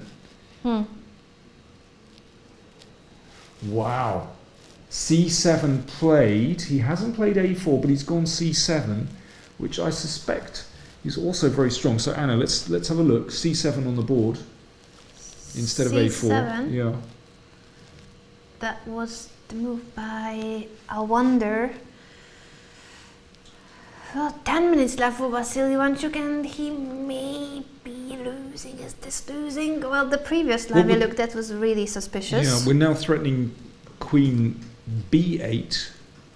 a4 or c7 is good according to Rainier. Yeah, but this looks, I mean, Yep. c7 also looks superb. We're threatening queen b8. Yes, huge threat. If bishop c8, queen b8 anyway, I guess. Problems. If he defends it, Yeah, well, simply bishop b7. bishop b7 wins. Is 1-0, yeah. Oh, Wow. Chucky! Well, this will be incredible. I think that one came out of the blue. It Yeah. did. We You- even thought after the opening that Awonder didn't play in a very ambitious way, but then he went for h4, h5, h6 against the former world number 2 Ivanchuk. But not just that, this whole thing with the pawns on c6 and h6. Yeah. It's tricky. I mean, I felt that Chucky was actually starting to gain control, but, well, completely, disregarded this sacrifice. We went to sleep. Chucky definitely went to sleep on this one. Really interesting. But it just shows the power of the pawn on h6, because actually that plays a decisive role in these variations, because the king can't sit happily on g7. Indeed, so it's both pawns that are the problem, and this Yeah. bishop takes b6, piece sacrifice. According to you guys, it's not a winning sacrifice, but it does create a lot of pressure. That is, if black doesn't play the most precisive line, he's simply lost. And it seems that Ivanchuk didn't find it. He had to go here, bishop c8. According to the Twitch chat, they are super grandmasters in the Twitch chat. Bishop c8 only move. And then, okay, we could play. I mean, even after bishop c8, we've got c7 again. Threatening queen b8, so it was absolutely not simple. King e7. Maybe that's the thing. No, but we can't come here, can we? No, but what I want to do after queen b8 is defend with Queen d7. yeah, and bishop b7. Bishop b7. Oh, yeah, it's not helping. No. It was really Tricky. complex. Even if bishop c8 was still a good defensive move, perhaps that's easy to the engine, but as you could see, Ivanchuk didn't find it, and he used to be the world number 2. He is also the top seed here, almost 2700 still his rating, and he didn't find a defense. And now it seems he is in trouble, the current position being c7, and it seems that he will not be able to prevent the loss of material. Wow. What a turnaround. And Yeah. well, Awonder Liang, he's kind of kept under the radar so far in the tournament. He started slowly with a couple of early draws, but he's now just come up, and this is a big one. He will bounce to 6.5 if he wins this game, just a half a point behind the leader, Anton Korobov. That's huge. He's still only 16, one of the youngest ever Grandmasters from the United States. He started out slowly, but now he climbed his way back and taking down Ivanchuk, the number 1 seed of the tournament. So that could mean if he wins, we're leaping ahead. Maybe Yeah. we're going too far here. But if he wins, does that mean that it might be Awonder Liang playing Korobov instead of Kovalenko? I was kind of assuming this game would be a draw, to be honest. That's possible. Well, we'll need to see. By rating, it should be Kovalenko, but who knows? Depends on the colors too. But what a game! And if Awonder wins it, it's still not over, but it seems that there is no defense for black. Madness. Yeah, incredible stuff. Oh, Chucky's made a move. Chucky has played Queen c5. Queen c5. Queen c5 on the board. Of course, you can just take the bishop if you want, but then queen takes and, well... Opposite colored bishops, that's his chance, and capturing this pawn. Yeah, okay, well, so let's look for better. We've got that in our pocket, but we don't need to do that. So, let's see, queen b8, king e7, queen d8. Oh wait, we have moves, we got the moves. Yeah, he's played Jack. it. Now, let's look for this. So, queen d8, king e6. Now, is there a kill here? Is there a kill? There has to be. This is so suspicious. He's played bishop b7. I was going to ask you about that. He was faster than my thoughts. That's it. It's over. Chucky's resigned. Oh my word! That is a shocker. Chucky will be. Look, he's can't believe gutted. it. It just went like that. He completely overlooked bishop b6. And Awonder simply places the kings in the middle of the board. That's how you signal that it's 1-0. He can't believe it. Yeah. Chucky doesn't know what to say. Yeah. It's not going to be an extensive post-mortem. No. Oh boy. Well, I'm delighted for Awonder Liang. He showed real nerve. He has 6.5 together with Durarbayli and Kovalenko. So we're not sure about the pairings, but it could be Korobov against Awonder Liang in the next round, or maybe Kovalenko. We'll have to see about that. Fascinating stuff. Brilliant game by the 16-year-old American Grandmaster. Started that as a solid opening, but then he went for h4, h5, h6, and by creating a pawn on c6 too, so he traded his knight on c6. That was the key in the position, that he had these 2 pawns. Both of them, it can be really strong, but also it can be problematic in an endgame if he doesn't manage to use them, because they can become really vulnerable and they may fall. Now, Awonder, would you like to wander down to our commentary? We hope so. We hope to have the American Grandmaster with us shortly. We're gonna see if our request can be made reality. I think that will take a few minutes because they are playing on the 5th floor and we are here downstairs. Let's see. Okay, in the meantime, let's switch to somewhere else. Sure. let's check out a board we haven't kind of looked at before. Listen, I want to go to.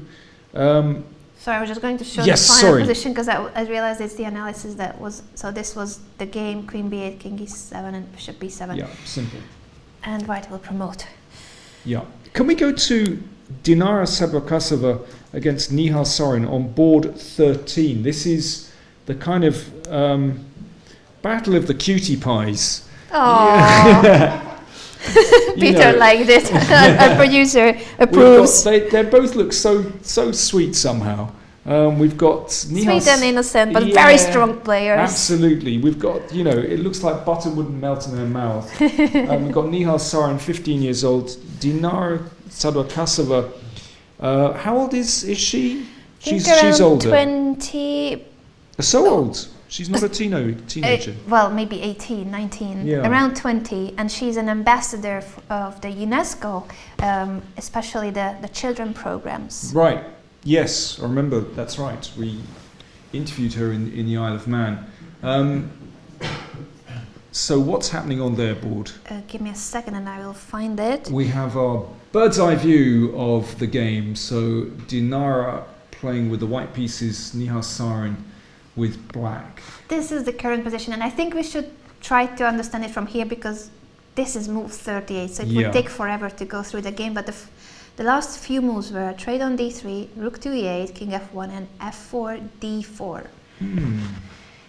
Material-wise, equal. Pawn structure, more space for white on the queen side, and she's trying to take on b5 in the right moment. But this rook on a7 at the moment is ready for the trade on b5. This is very hard to assess. My first feeling is that black is actually the one that might be pressing here. And the reason is that at some moment, a trade might be necessary on b5. But then black's rook looks at the pawn. I think it depends what else is going on the king side. And Nihal has no time, apparently, but okay, this is move 38.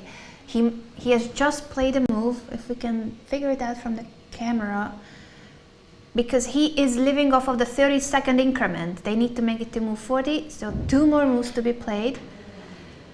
And I think soon we will get ready for the winner of the round. Awonder Liang joining us shortly in the studio to show you guys his amazing game against Vassily Ivanchuk. Well, should we go maybe for a short break and then we'll be joined by Awonder any moment. So we will see you back here very, very soon, and Awonder Liang will go through his game.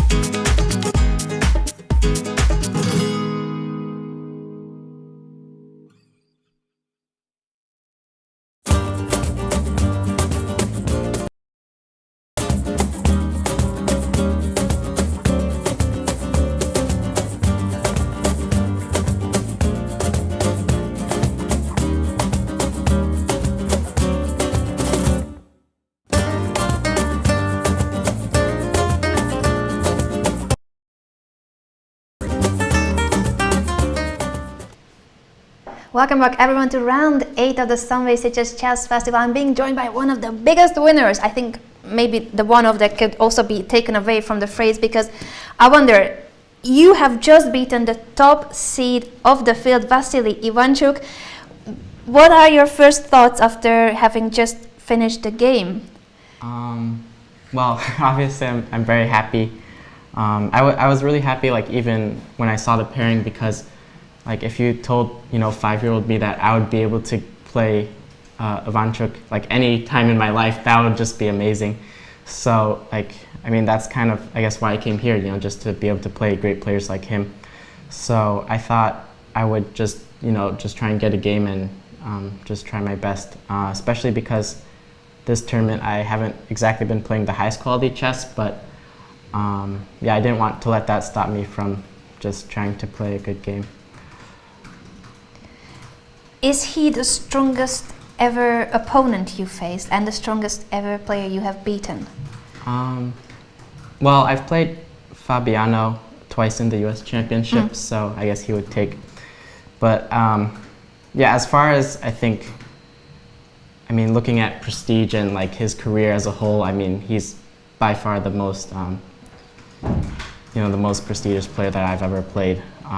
Just looking at his career, that's over 30 years, and yeah, it's just amazing to think of what he's done and to be able to play him.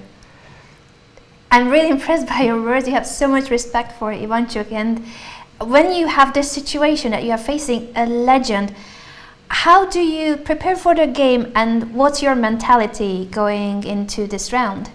Well, funnily enough, there's a lot of advice about how to prepare against him, and it mostly boils down to, I mean, a lot of other people have said it, but he plays everything, so you might as well not prepare at all. so I just got some sleep. Yeah, I just rested before the game, and I mean, I had a decent game plan, which was, in the opening, I was just gonna play like knight f3 and just play like this g3 setup, and it's gonna be very solid. So no matter what he does, I'll always be able to make the game interesting, I guess. So you had this solid approach in the opening, but then in the middle game you went for h4, h5, h6. That is, you didn't want a boring game. Yeah, I mean, this rook e1 move is decent, I guess, and then after b6, I wasn't quite sure how to proceed. I mean, I've seen this type of idea in this move before, and I know the engine will often say something like a4, a5, then like, well, normally we want to wait for bishop b7, so let's say h3, bishop b7, d5, and then it will claim that white is better because of like this space advantage on the pawn d5. But I mean, after knight c5, I wasn't so sure how to play the position, and I wasn't that comfortable with, because for him, he has an easy plan of just knight d7 and f5. So, and for me, it's not so clear what I'm gonna do. So I thought about like some kind of Queen's Indian type positions where we go knight d5, and then after bishop b7, we play something like c4. And this is kind of more old stuff, I would say. Like, this is how, I mean, we don't really see this kind of setup these days. And I mean, knight d5 in this position is certainly losing a couple tempos compared to what white would classically get from the Queen's Indian. But I thought it still looked reasonable because, I mean, I just have these 3 pawns here, and I kind of want to harass him. Like, if he takes this way, then suddenly like he has this backward pawn here. So it's not that easy for him to relieve the pressure. So I think what he did was very sensible with takes and rook e8. And yeah, now he just wants to play e4 and f5, or he wants to take on d4. So yeah, this was a kind of tricky moment for me because actually I didn't see this when playing knight d5. So I was like, suddenly I was kind of worried that I already became worse. But yeah, this move c3 is very nice because first of all I protect d4, so if he takes I can just take back or take on e8 first. And if he goes e4, there's knight g5, which is very important. And then if f5, which is the only way to keep the pawn, there's knight e6. So yeah, here he has to kind of make a decision about how he wants to develop, because ideally he wants to keep his bishop on this diagonal, so then when I take, his knight takes, it's a lot better for him. So he doesn't want to go bishop b7 too fast. So I think a5 was very sensible because he wants to bring the bishop out to a6. And then like here I didn't really see any real plan for me, so I just thought like let's just run the h-pawn down the board. It looked kind of funny, so because he goes a5, I go h4, so So it was because you didn't find any other plan, that's why you started pushing the h-pawn? yeah, I mean it was something like I already considered h4 in this position, which is a little bit more nonsense because it just loses a pawn. But I mean it was always kind of in my mind because I mean he's sort of slow with his development, and like for the moment I'm kind of open with the position. I mean I don't think it should really give any advantage, but it creates some imbalance, and I don't know, maybe I can weaken his king a little bit. So like after bishop a6 there was like a more solid approach with takes, bishop g5, which again shouldn't give any advantage, but let's say after queen d7, I mean he developed all his guys and he's very solid. But I mean I can still claim I have some space advantage, but after he trades all the rooks it should be relatively equal. So I thought, well, I didn't come all this way just to make a draw like that, so I just kept going with the h-pawn. That's brave of you. That's brave. I mean, I knew like I'm still not really worse, but I just thought like if we keep more pieces on the board, then it's going to be more interesting. Yeah, so takes h6. Yeah, this was kind of forced, and then knight e5, bishop e3. I mean, I think he's really just fine here. Like after queen d7, he's bringing the rook, so he takes control of the e-file, which is kind of important because then it kind of makes my pawn h6 not so valuable because I just don't have that many mating threats. But yeah, after knight c6, I thought he would go rook e8 because I thought letting the pawn on c6 was a little bit dangerous, like just allowing the bishop c6 type threats. And yeah, here takes, rook takes, queen d2. I mean, I guess there's a little bit of pressure because it's not so clear how he's going to deal with the pawn h6. I mean, and he has some weak squares, but just based on the fact that his pieces are so active, I didn't really feel like he should have any problems equalizing here, if he's not already equalized. So yeah, I thought knight c6 was very ambitious because he kind of wants to claim that like he doesn't really care about the pawn on c6 and that maybe it's even a weakness. Because after queen f5, he's getting very active. Like I think after queen d2, he probably wanted queen d3. And like once the queens come off the board, it's really not clear like if what I did really makes sense, because yeah, the pawn on h6 is, I mean, he could eventually play g5 or something. And once he gets the control of the e-file, like, yeah, I'm not really sure if, I mean, I think I have to start thinking about equalizing. So Were you worried somewhere around this stage that in an endgame the h6 pawn yeah, could definitely. drop? I mean, that was definitely a worry that, I mean, right here I have some pressure because, you know, as long as the queens are on the board, he always has to worry about his king. But yeah, once the queens are off the board, it's not really that clear.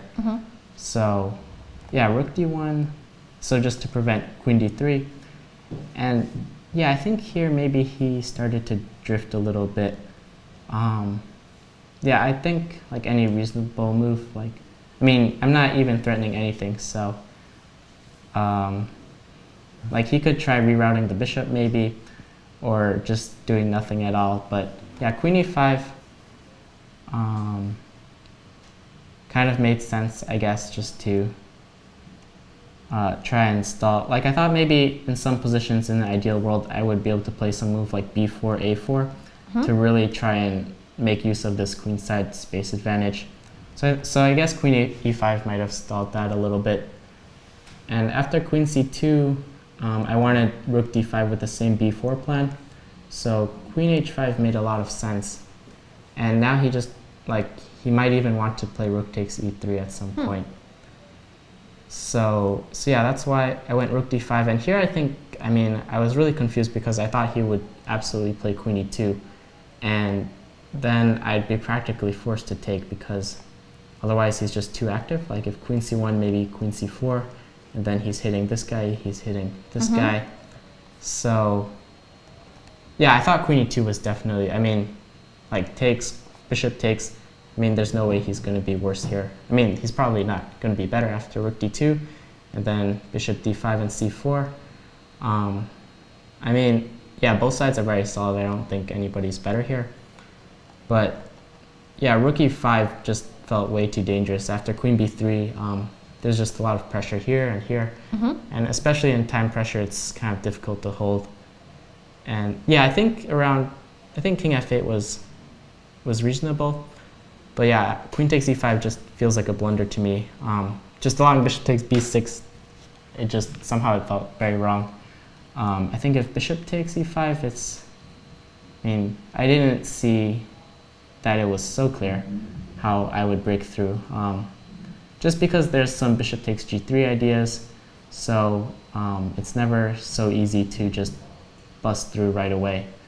So in this type of position, you wouldn't have the piece sacrifice on b6? It's possible that I still have the piece sacrifice, but I just felt like he'd have a lot more defensive resources. So no matter what, like, I think that this was the best defensive try. Like, for example, after bishop takes b6, like, I wasn't totally sure, like, maybe even something like queen e2 is a move, maybe not. But like something like takes, queen d1 check, and then like, let's say queen h5, bishop h3, then like he even has something like this potentially. So, but yeah, the problem for him is that after queen takes e5, he basically has none of these resources. So, I mean, with the pawn h6 and the pawn on c6, like, his king is weak and he has to deal with the passed pawn. I really don't think he can hold this.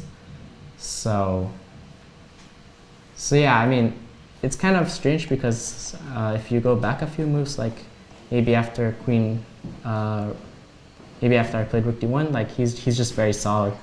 But somehow, yeah, his position collapsed very quickly, which was a little bit unexpected. And you think he should have gone queen e2 instead of rook e5, in for the queen trade, not the rook trade? Yeah, I think because I guess he underestimated queen b3 because it's very nasty, like just attacking the f7 pawn, and he doesn't have an easy way to defend it. So yeah, I mean, I guess he probably hallucinated something, which was a little bit unfortunate, but I think according to the Twitch chat, we never used the engine, but they were saying that there was still a defense after the piece sacrifice on b6, but we are not aware what variation. And also, it's a game between two human beings, and the former world number 2 didn't find it, so I don't think it was easy to defend after the bishop. It's very possible that there was a defense just because, I mean, there's always perpetual check ideas, but yeah, I mean, I felt like, especially under time pressure, I mean, there's so many things to calculate, and I mean, I don't think I have any, I mean, I definitely don't have any losing chances, so. Yeah, there's no risk. I mean, yeah, it's just no risk, and like weak king, and I mean, all these tactics, so if there was a defense, yeah, it's definitely something that was quite difficult to find.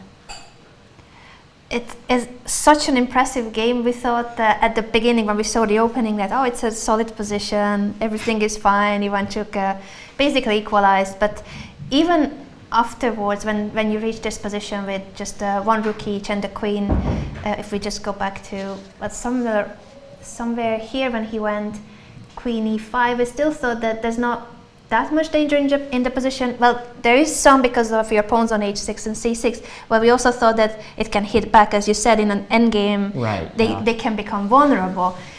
So we thought that this must be about the dynamic balance because there's not much to do. But a few moves later, you proved that there was a lot to do since he played rook e5, and this bishop takes b6 is beautiful. Yeah, I think he might have gotten just a little bit too ambitious. So yeah, he might have underestimated some resources in the position, like queen b3 and rook d5. Yeah. I mean, in a balanced position like that, sometimes it's best just to try and keep the position neutral and not go too crazy. I'm really impressed. Bishop takes b6 is beautiful, and I think this is the biggest upset of the day. With this victory, you are now in a shared second place. How do you feel about the tournament with 2 rounds to go? Yeah, it feels very strange to me because he's actually the first player that I've played that's actually higher rated than me. So throughout the tournament, I've kind of been dodging the top boards, and now suddenly I'm kind of right up there. So yeah, it definitely feels a little bit unreal, but I guess I'll just try and take the momentum and keep it going for the finish of the tournament. What's your daily routine? That will be my final question on what's a typical day for you during this event. We saw a picture of you at the excursion at the Camp Nou. Do you take some time usually to either go to the beach or do some non-chess activity as well, or you mainly focus on your preparation? Well, I've had some jet lag so far, so for the most part I just try and catch up on some sleep. I know it's been like a week or so since the start of the event, but yeah, for some reason it's just affected me kind of badly. So yeah, I just try and rest and keep my mind focused for the game, I guess. Yeah. I guess you are getting rid of the jet lag by now, because today you have played a really impressive game. Congratulations one more time. Thank and you. Good luck for the remaining 2 rounds. Yeah, thanks. We will go for a short break and then we are back with the rest of the action from round 8.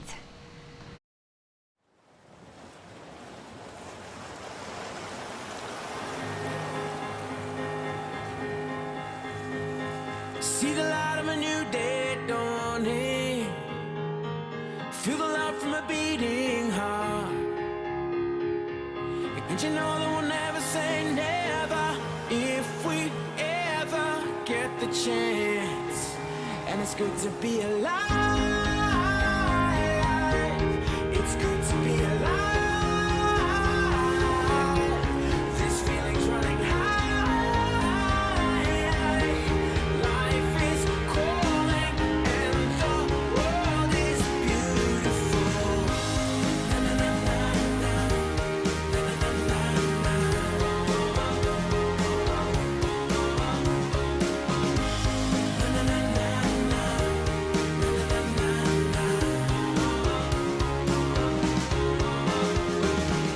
There's a hope for a new tomorrow. We can dream that we'll rise above. Let me be your guide to follow, and you'll always feel the love. And it's good to be alive. It's good to be alive. This feeling's running high. Life is calling and the world is beautiful. Na, na, na, na,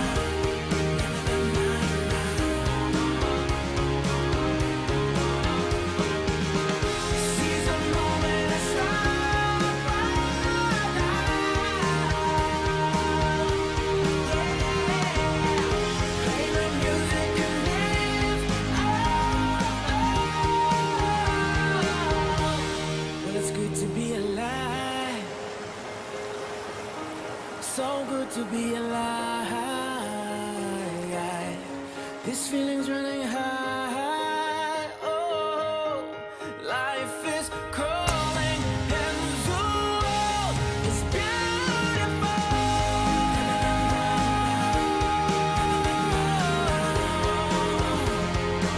So beautiful.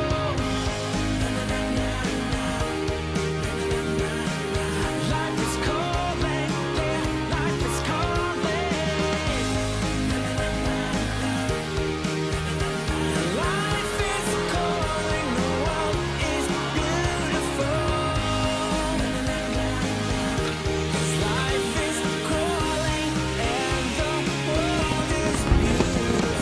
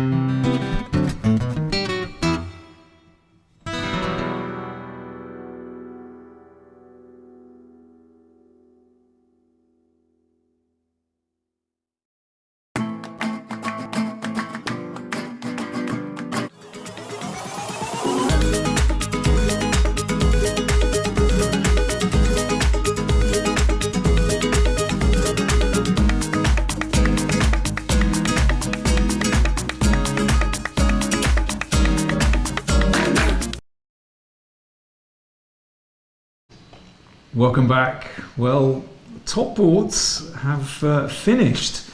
There are draws. Well, draw on board 1, and Kovalenko won on board 2 against Puranik, and we've just seen how Awonder Liang defeated Vassily Ivanchuk on board 3. Now, this was a sensational victory, and it was great to have Awonder in the studio. Absolutely. I was just as impressed with his game as his presence in the studio. I think he's a great communicator, and he explained the game so clearly. He's only 16.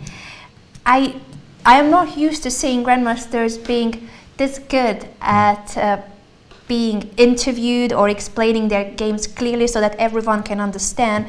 I thought he did an amazing job, and I was also really impressed by how he talked about Ivanchuk. That simply when he saw the pairings, he was already very happy, because 5-year-old Awonder wouldn't have thought that he will ever get the chance to play against such a legend. Yeah, no, he was very sweet actually. I mean, I was here not for the end of it. I disappeared for a little break, but yeah, I heard the start of your interview, and yeah, he comes across really well, I have to say. Yeah, very nice guy. I have become a fan. I didn't know him before much, but now I am a fan. And he also said that I was asking him a little bit about the Camp Nou and the sightseeing after we went on a break, and he said that he liked it at the stadium. He's not a huge soccer fan, but he liked it at the stadium, and of course it's a must-see. But he will spend a couple of days in Barcelona after the event with his mom, so he's spending Christmas here in Spain. Ah, good man, yeah. No, I liked what he said. I was here at, I think I saw I was sitting here for most of the interview, and I like what he said at one point, where the position seemed to be kind of calming down, and he could have taken that route, and he said, yeah, but I didn't come all this way to draw. I tweeted that one. I thought that was a great quote. But actually, the thing is, if you see that on your own, I hope people on Twitter don't think that was a kind of arrogance. No, he didn't say it for that. He didn't say it in that way, actually. It was just... He didn't want a boring game. Exactly. And it was more that... just saying, yeah, I want to play interesting chess. He wasn't saying it in an arrogant way at all. Not at all. He didn't come across in that way throughout the whole interview. It was just that, yeah, he was just wanted to be more enterprising. And yeah, I agree with you. I was really, really impressed with him. Yeah, we are impressed that now he is in shared second place. 2 more rounds to go. We'll need to see if tomorrow, is it gonna be Awonder Liang versus Anton Korobov on board 1? That's one of the possible pairings for tomorrow. Yeah. So quite a lot of the top boards have finished, but I'd like to catch up with some of the games actually that we went to right at the start of the day, and they're still very, very complex. So there's one in particular.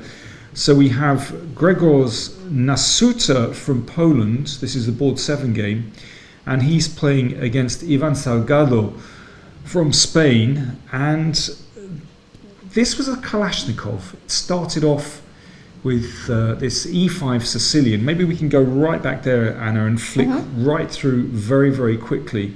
And Salgado played in a very enterprising way.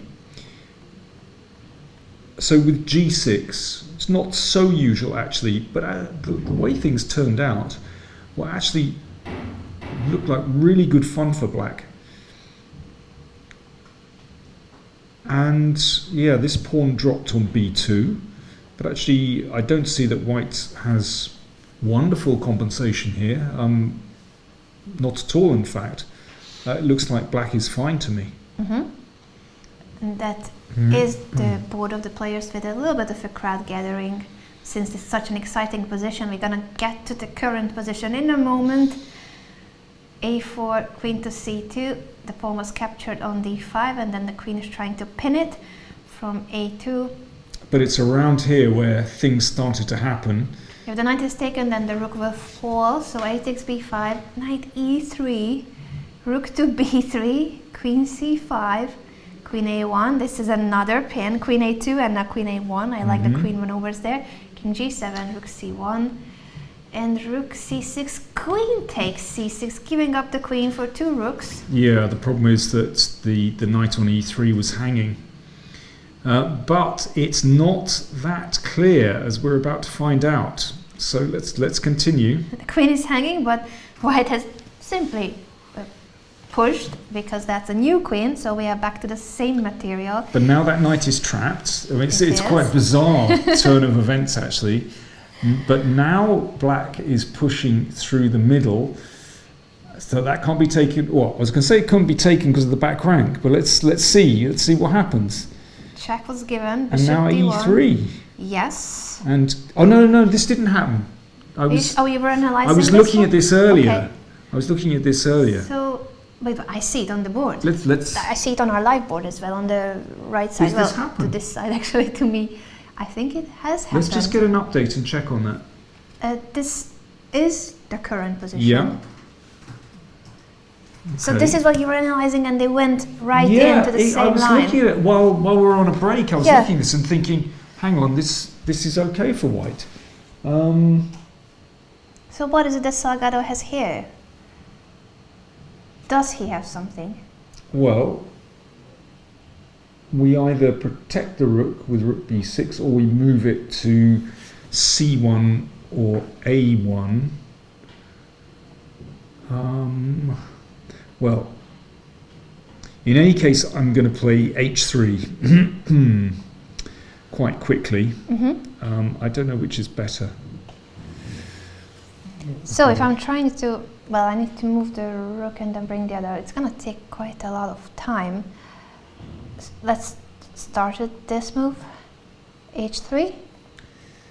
Yeah, I'm not quite sure what black is doing. This is the thing. I don't. And if white has time to obviously unravel with king h2, then it's game over. Okay, well, I'll try to double rooks. I can't go rook a1 because Yeah. of losing all my rooks. Rook to c1 falls for King the a- same. Yeah. Yeah. Well, I mean, basically king h2 and it's game over. So does he have anything Okay, actually? let's put the rook back. Queen d3. This is the current position. So should he try rook c1? Does that make a difference? Rook c1, h3.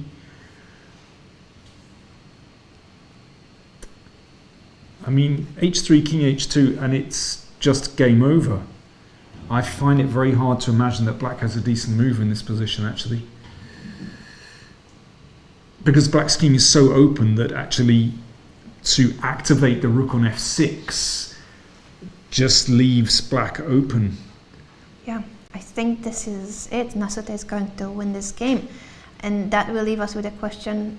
He played rook c1. Sorry, Anna. Yeah, I was just going back, but Yeah. no. Let's we need just to have a look at the current one. Let's which just make is- sure. Rook so- c1 played, Okay. and I assume simply h3 for white here. Clock time's not significant. Let's just check h3 and see if there's anything at all for black.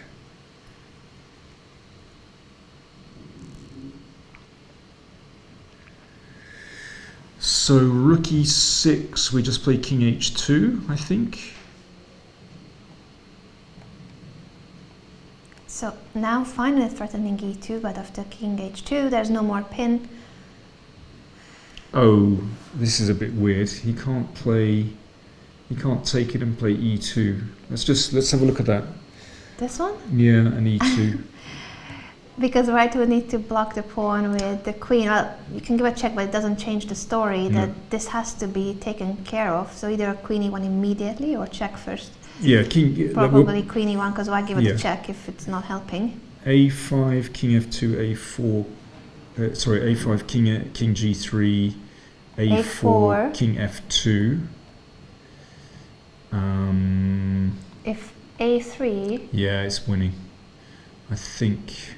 Well, we can give a check in king e1, and that just wins. so wait, then I'm gonna get out of No, this sorry, check. queen a1 check. Queen a1 check. Okay. Yeah. So. What that means, then what if, as black here, Yeah, after king f2, king I'm g6. getting out of the check. Right. So if the queen is moved without a check, whether a1 or c3, that's fine for black. Let's just show it. This wins. The a3 pawn push, that's a queen.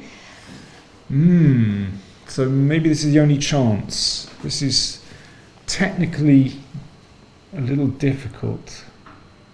I'm impressed if this is going to happen. Okay, Rook versus queen. Let's just go back to h3 and see. I mean, this is just my only thought for black to keep it going. I think it might be a very valid continuation, and So- it could happen. So let's just go back to h3, 44 h3, Sure. and rook e6. e6, threatening e2. But is there some big check here?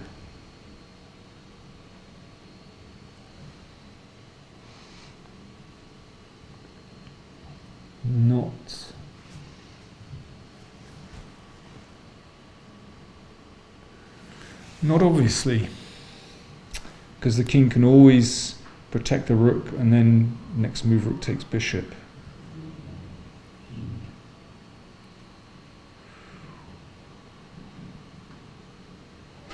This is Well, such a rich position with all these tactical motives. I think you're right that we may reach a queen versus rook where, thanks to the e-passed pawn, white will have to be blocking the pawn until the king gets close, but that gives just enough time for black to push the a-pawn and get his king out of the checks. And the check earlier doesn't help because the king is too far. So Yeah. for instance here, a5 check immediately doesn't change the situation. I wonder if we can play g4 instead. So with the queen on, so if we just go back a couple of moves after e2. Yeah, so this position, whose turn is it now? a5, yeah, it's white's move. So g4 instead of king g3. g4. So what I'm trying to do is actually expose black's king so that after the white's king wanders to f2, then I'm hoping that there might be a random check for the queen and then king e1, but perhaps I'm hoping for too much. We are being told by James that after rook c1 there's only one move that's winning for Okay, white. don't say. Don't let's say have a it. look. That's interesting. So maybe that's valid. So Maybe rook that's- c1, this is the current position. Mhm. Nasuta's still thinking. Ah, okay. So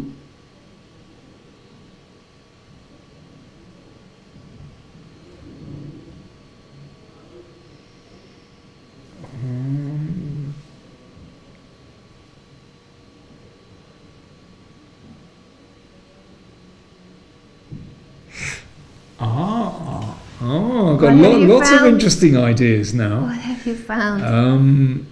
I'm wondering about g4 actually. g4 Yeah, and king g2.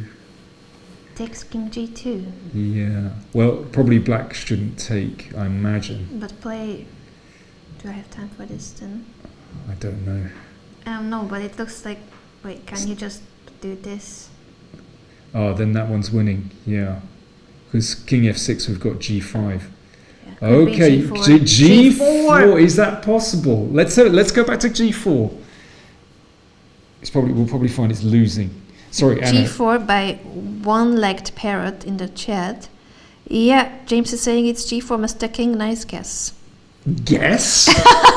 Guess? We're not playing the lottery here.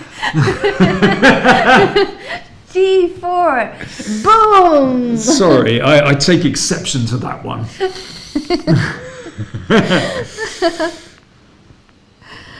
Oh my. I think we figured out why as well, I'd like to claim.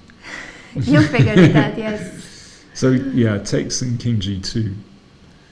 That's interesting, but I mean, one wouldn't imagine that white has to be in such a hurry. And that actually the g-pawn plays a significant role because that g5 check Yeah. disturbs the king. Indeed. It's amazing. Will he find it? He'll If find this it. is the only winning move. He's going to find it. You think so? Yeah. But 10 minutes left. If I found it,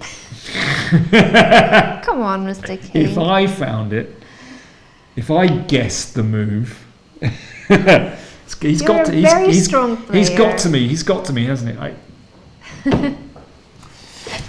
I'm not over it. I'm not over it. Not yet. Okay, He's gonna find it. Let's move on. shall we move the board but keep the camera here? Because if g4 is the only winning move, then this is a very critical moment, and I would love to see whether Nasuta finds it. So let's keep the camera here. That's my suggestion, and we move our board. Okay, we'll keep an eye on our friend there. Narayanan versus Swane. Rook Endgame. Rook Endgame. Svana still in trouble. He's been in trouble since about move 8. Zooming in, will he play g4? Twitch chat, what do you think? G4, not g4. Will he find it? He's going to find it. Trust me. Yeah, Svana has really been in trouble since he went for this Queen C8, Queen A6 stuff. Well, actually, since he took on C4, which kind of... Been a while. Which was, I think, about move 8, or 7 or 8, which sort of guarantees a slightly worse position. And here we see White is active. White is still the only one that has any serious winning chances here. It's about to take on a5. Whose turn is it? It's Black's turn. You can defend Rook it with Rook D5. here, but we could attack it again with Rook A7. Yep. It's going to be a pawn up Rook Endgame. So Black's misery continues, Yeah. basically. But I feel like he's got some chance to hold this. There might be other moves apart from Rook A7 as well. I wonder if we could maybe just disturb the king a little bit. Maybe Rook E7, Rook E7, Rook E5 probably only move. Is there somewhere we can disturb? I'm just looking at the camera whether Nasuta will go g4. He's running out of time. He's was it down to 6 minutes? Ooh. 7? Ooh! 6, I think. Trust me, he's going to play it. Really? He's going to do it. Here he goes. g4. He's flexing. He's twizzling and he's flexing. He's spinning. He's spinning the piece and flexing. Okay, will we see g4? Okay, maybe not Rook E7 anyway. But I'm just thinking maybe... Sorry, I'm looking at Narayanan against Svana while you're all looking at our friend there. What about... Here's an interesting move. Rook H7. Nice. I'm thinking we might be able to squeeze a little bit more out of this position than just going for that endgame with the extra pawn, which actually Black would have reasonable drawing chances, but I think we might be able to squeeze more here. This looks unpleasant to me. Let's also take a look at Timur Garyev's position. And, will he go g4? Okay, so Garyev with the white pieces against 16-year-old Arjun Erigaisi. Wow. Well, Timur is still doing his best to try and win this one. That's very interesting. And our producer sees a self-mate in 3. I Shall see we it. find it? I see it too, but that's, I'm afraid Black is avoiding that. Yeah, if there's a pawn on b6 and a rook on c7, that's checkmate, for example. But knight d6 prevents White's pawn from advancing. I mean, it looks like a draw, doesn't it? Yeah, please don't stand there. I want to see. I kindly request our visitor to... Okay, now it's better to not cover the g4 square. He's flexing. Gone down to 5 minutes, 4 minutes. What's that? I can't see the clock properly. I think it's about 4. Ooh, tense. What are we doing? What Where are we going? doing? The cameraman's gone nuts. Zooming in. Yeah, this is what I like. Less than 4 minutes. Will he play g4? Whew. If that's the only winning move, Here he goes. then he's down to No. 3.5 minutes. 3.5 minutes. Gregor's Nasuta. Will he find it? They'll be dancing on the streets of Warsaw if he gets this one. Here he goes. No, come on. He went for it. Yes! I knew it.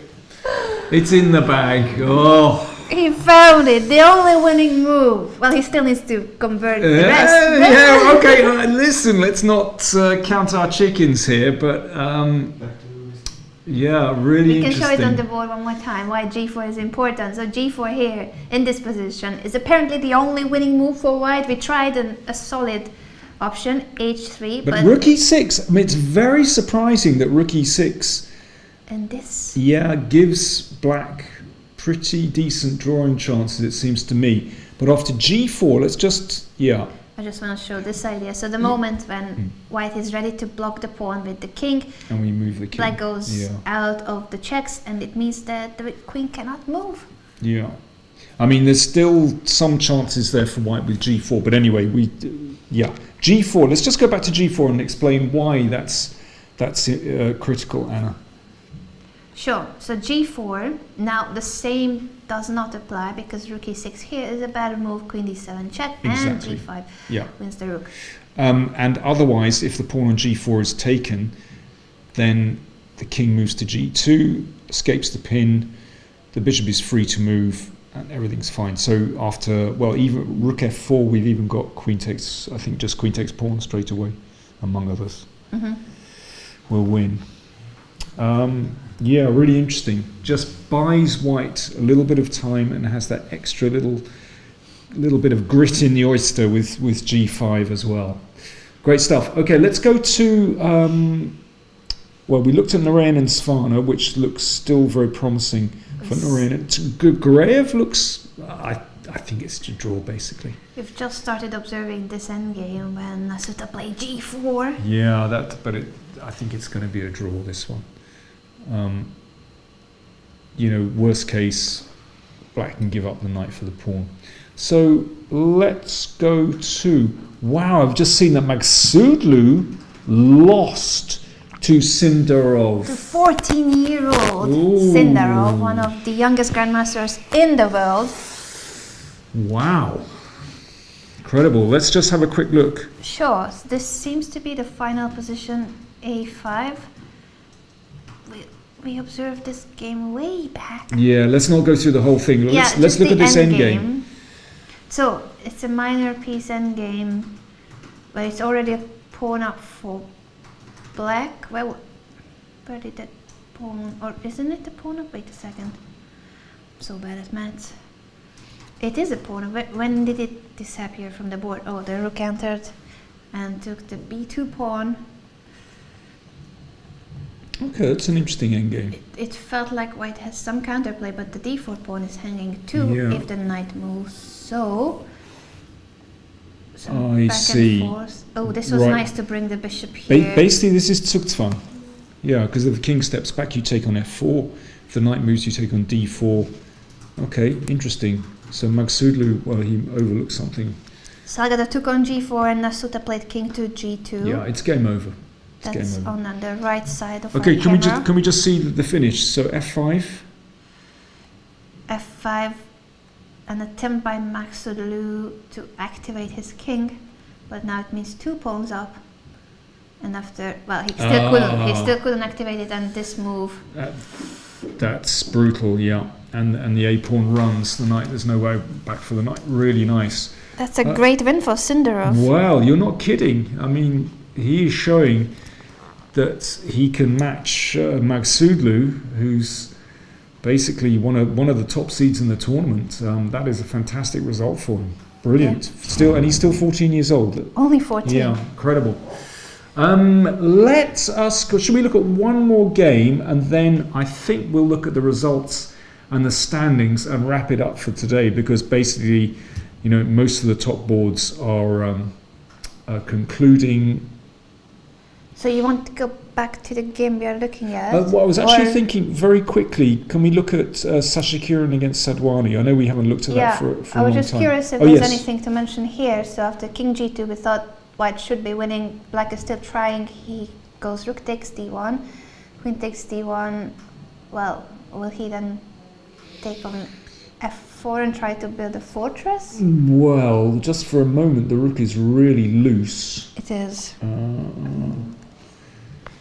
I guess you're going to pick up the pawn on e3. Well, as they say, still some technical difficulties, but it should be winning. So, for example, after rook f4, we can check on e7, d7, I beg your pardon, and then we'll pick up the pawn on e3. I'm just trying to see, but our dear chess fans are covering the view from this angle. Also maybe after rook f4, king g3 actually. King g3 is possible.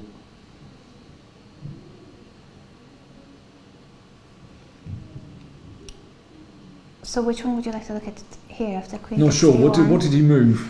I can't see. I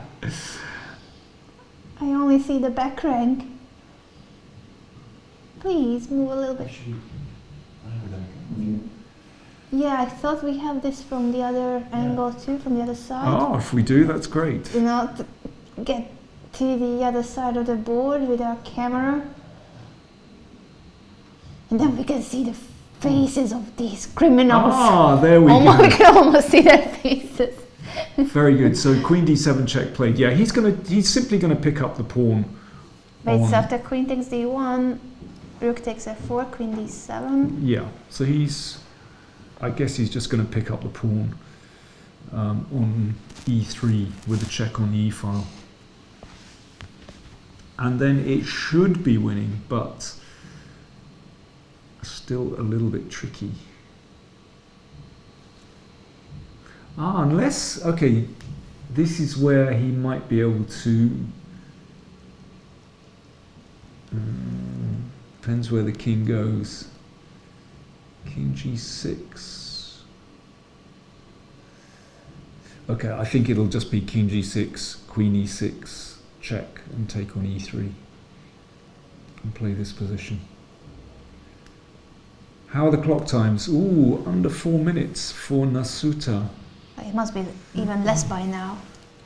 He's using his final minutes and there's no more extra time. They have already reached the time control move 40. So they do get 30 seconds. Yeah, 30-second increment. That's what keeps the game going for Nasuta. So a winning position, but some time pressure.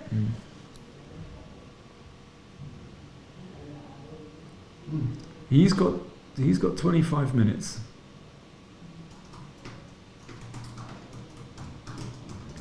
Let's can we check Sarakasova against Sarin just one more time? Of course. My feeling was that Sarin was actually better in that position.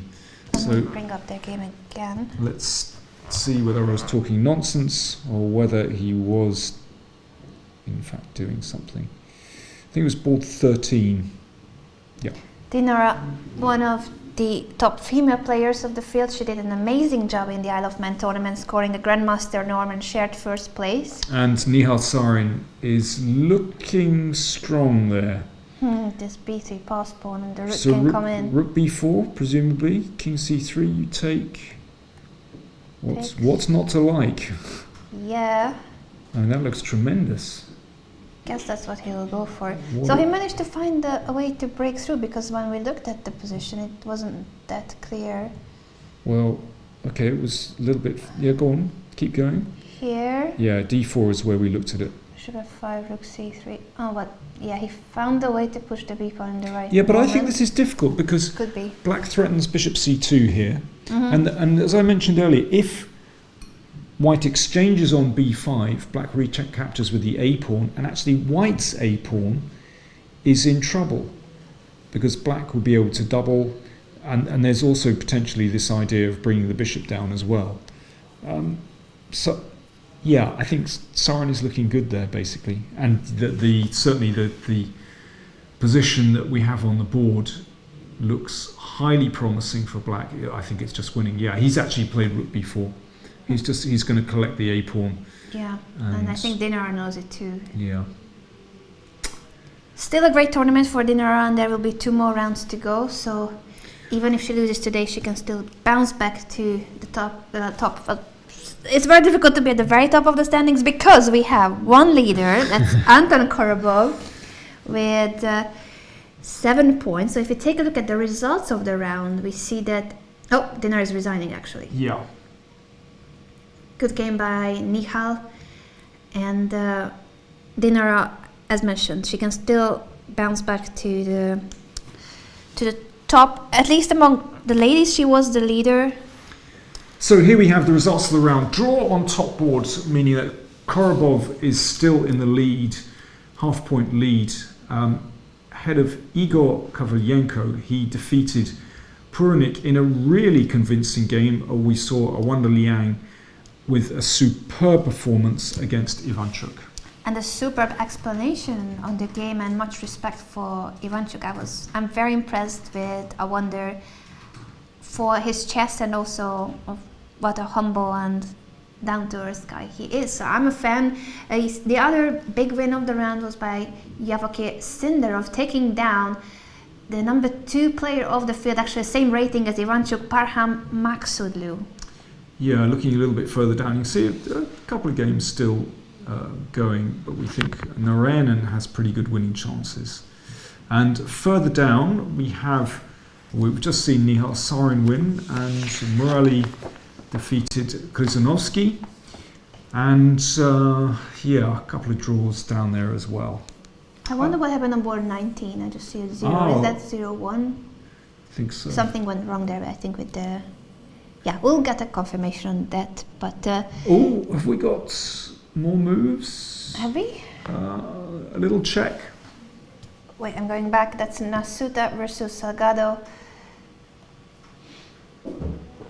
Yeah, there was a King G6 Queen E6 and check. Queen E6 check. So basically, if King G5, that's right, you can actually play Queen E5 check, and then the rook will have to go back to F5, and then you can take the pawn on E3 with check. I think this is winning for white. It has to be winning. But Nasuta doesn't have much time, so that's the only factor that's against white, and converting it into a full point. Okay, good move. So let's wrap things up. Let's have a look at the standings after round 8 here in Sitges. So 2 more rounds to go. This is a 10-round event. A reminder to everybody that 2 more rounds. Korobov is leading with half a point, ahead of Kovalenko, Durarbayli and Liang. That is, tomorrow Korobov will either face Kovalenko or Awonder Liang. So chasing them, we have a stack of players on 6 points. If Nasuta wins, you can see there he's on 5.5, then he will bounce up and join those other players on 6.5. But at the moment, Korobov in the lead, and with 2 rounds to go, it's his tournament to blow or to win. But yeah, he's in control. Looking good for the 3-time Ukrainian champion. Ivanchuk, on the other hand, the top seed of the field, he suffered a very painful defeat today against 16-year-old Awonder Liang. Well, we'll just hold on for a few moments before we wrap things up, but I think we're going to call it pretty soon, because we do think that this one might go on for a little bit of time, but we're reasonably confident that Gregor's Nasuta will win this one. So he has already taken the pawn with a check, and after King to G6, Queen. Yeah, exactly. Queen E6 will win another pawn. Precisely. I mean, this one, another pawn is going to drop, and one of these. It should be winning. Okay, well, let's call it. I think it's dinner time now. It's Buffett time. Yeah, excellent. So, listen, thanks everyone for tuning in, and 2 rounds to go. We're getting to the business end of the tournament, so do join us tomorrow at the usual time of 4:30 p.m. Central European time, where we'll be giving you more action. Indeed, Korobov versus Kovalenko or versus Awonder Liang will be the top clash tomorrow. See you tomorrow then. Bye now. Hasta mañana.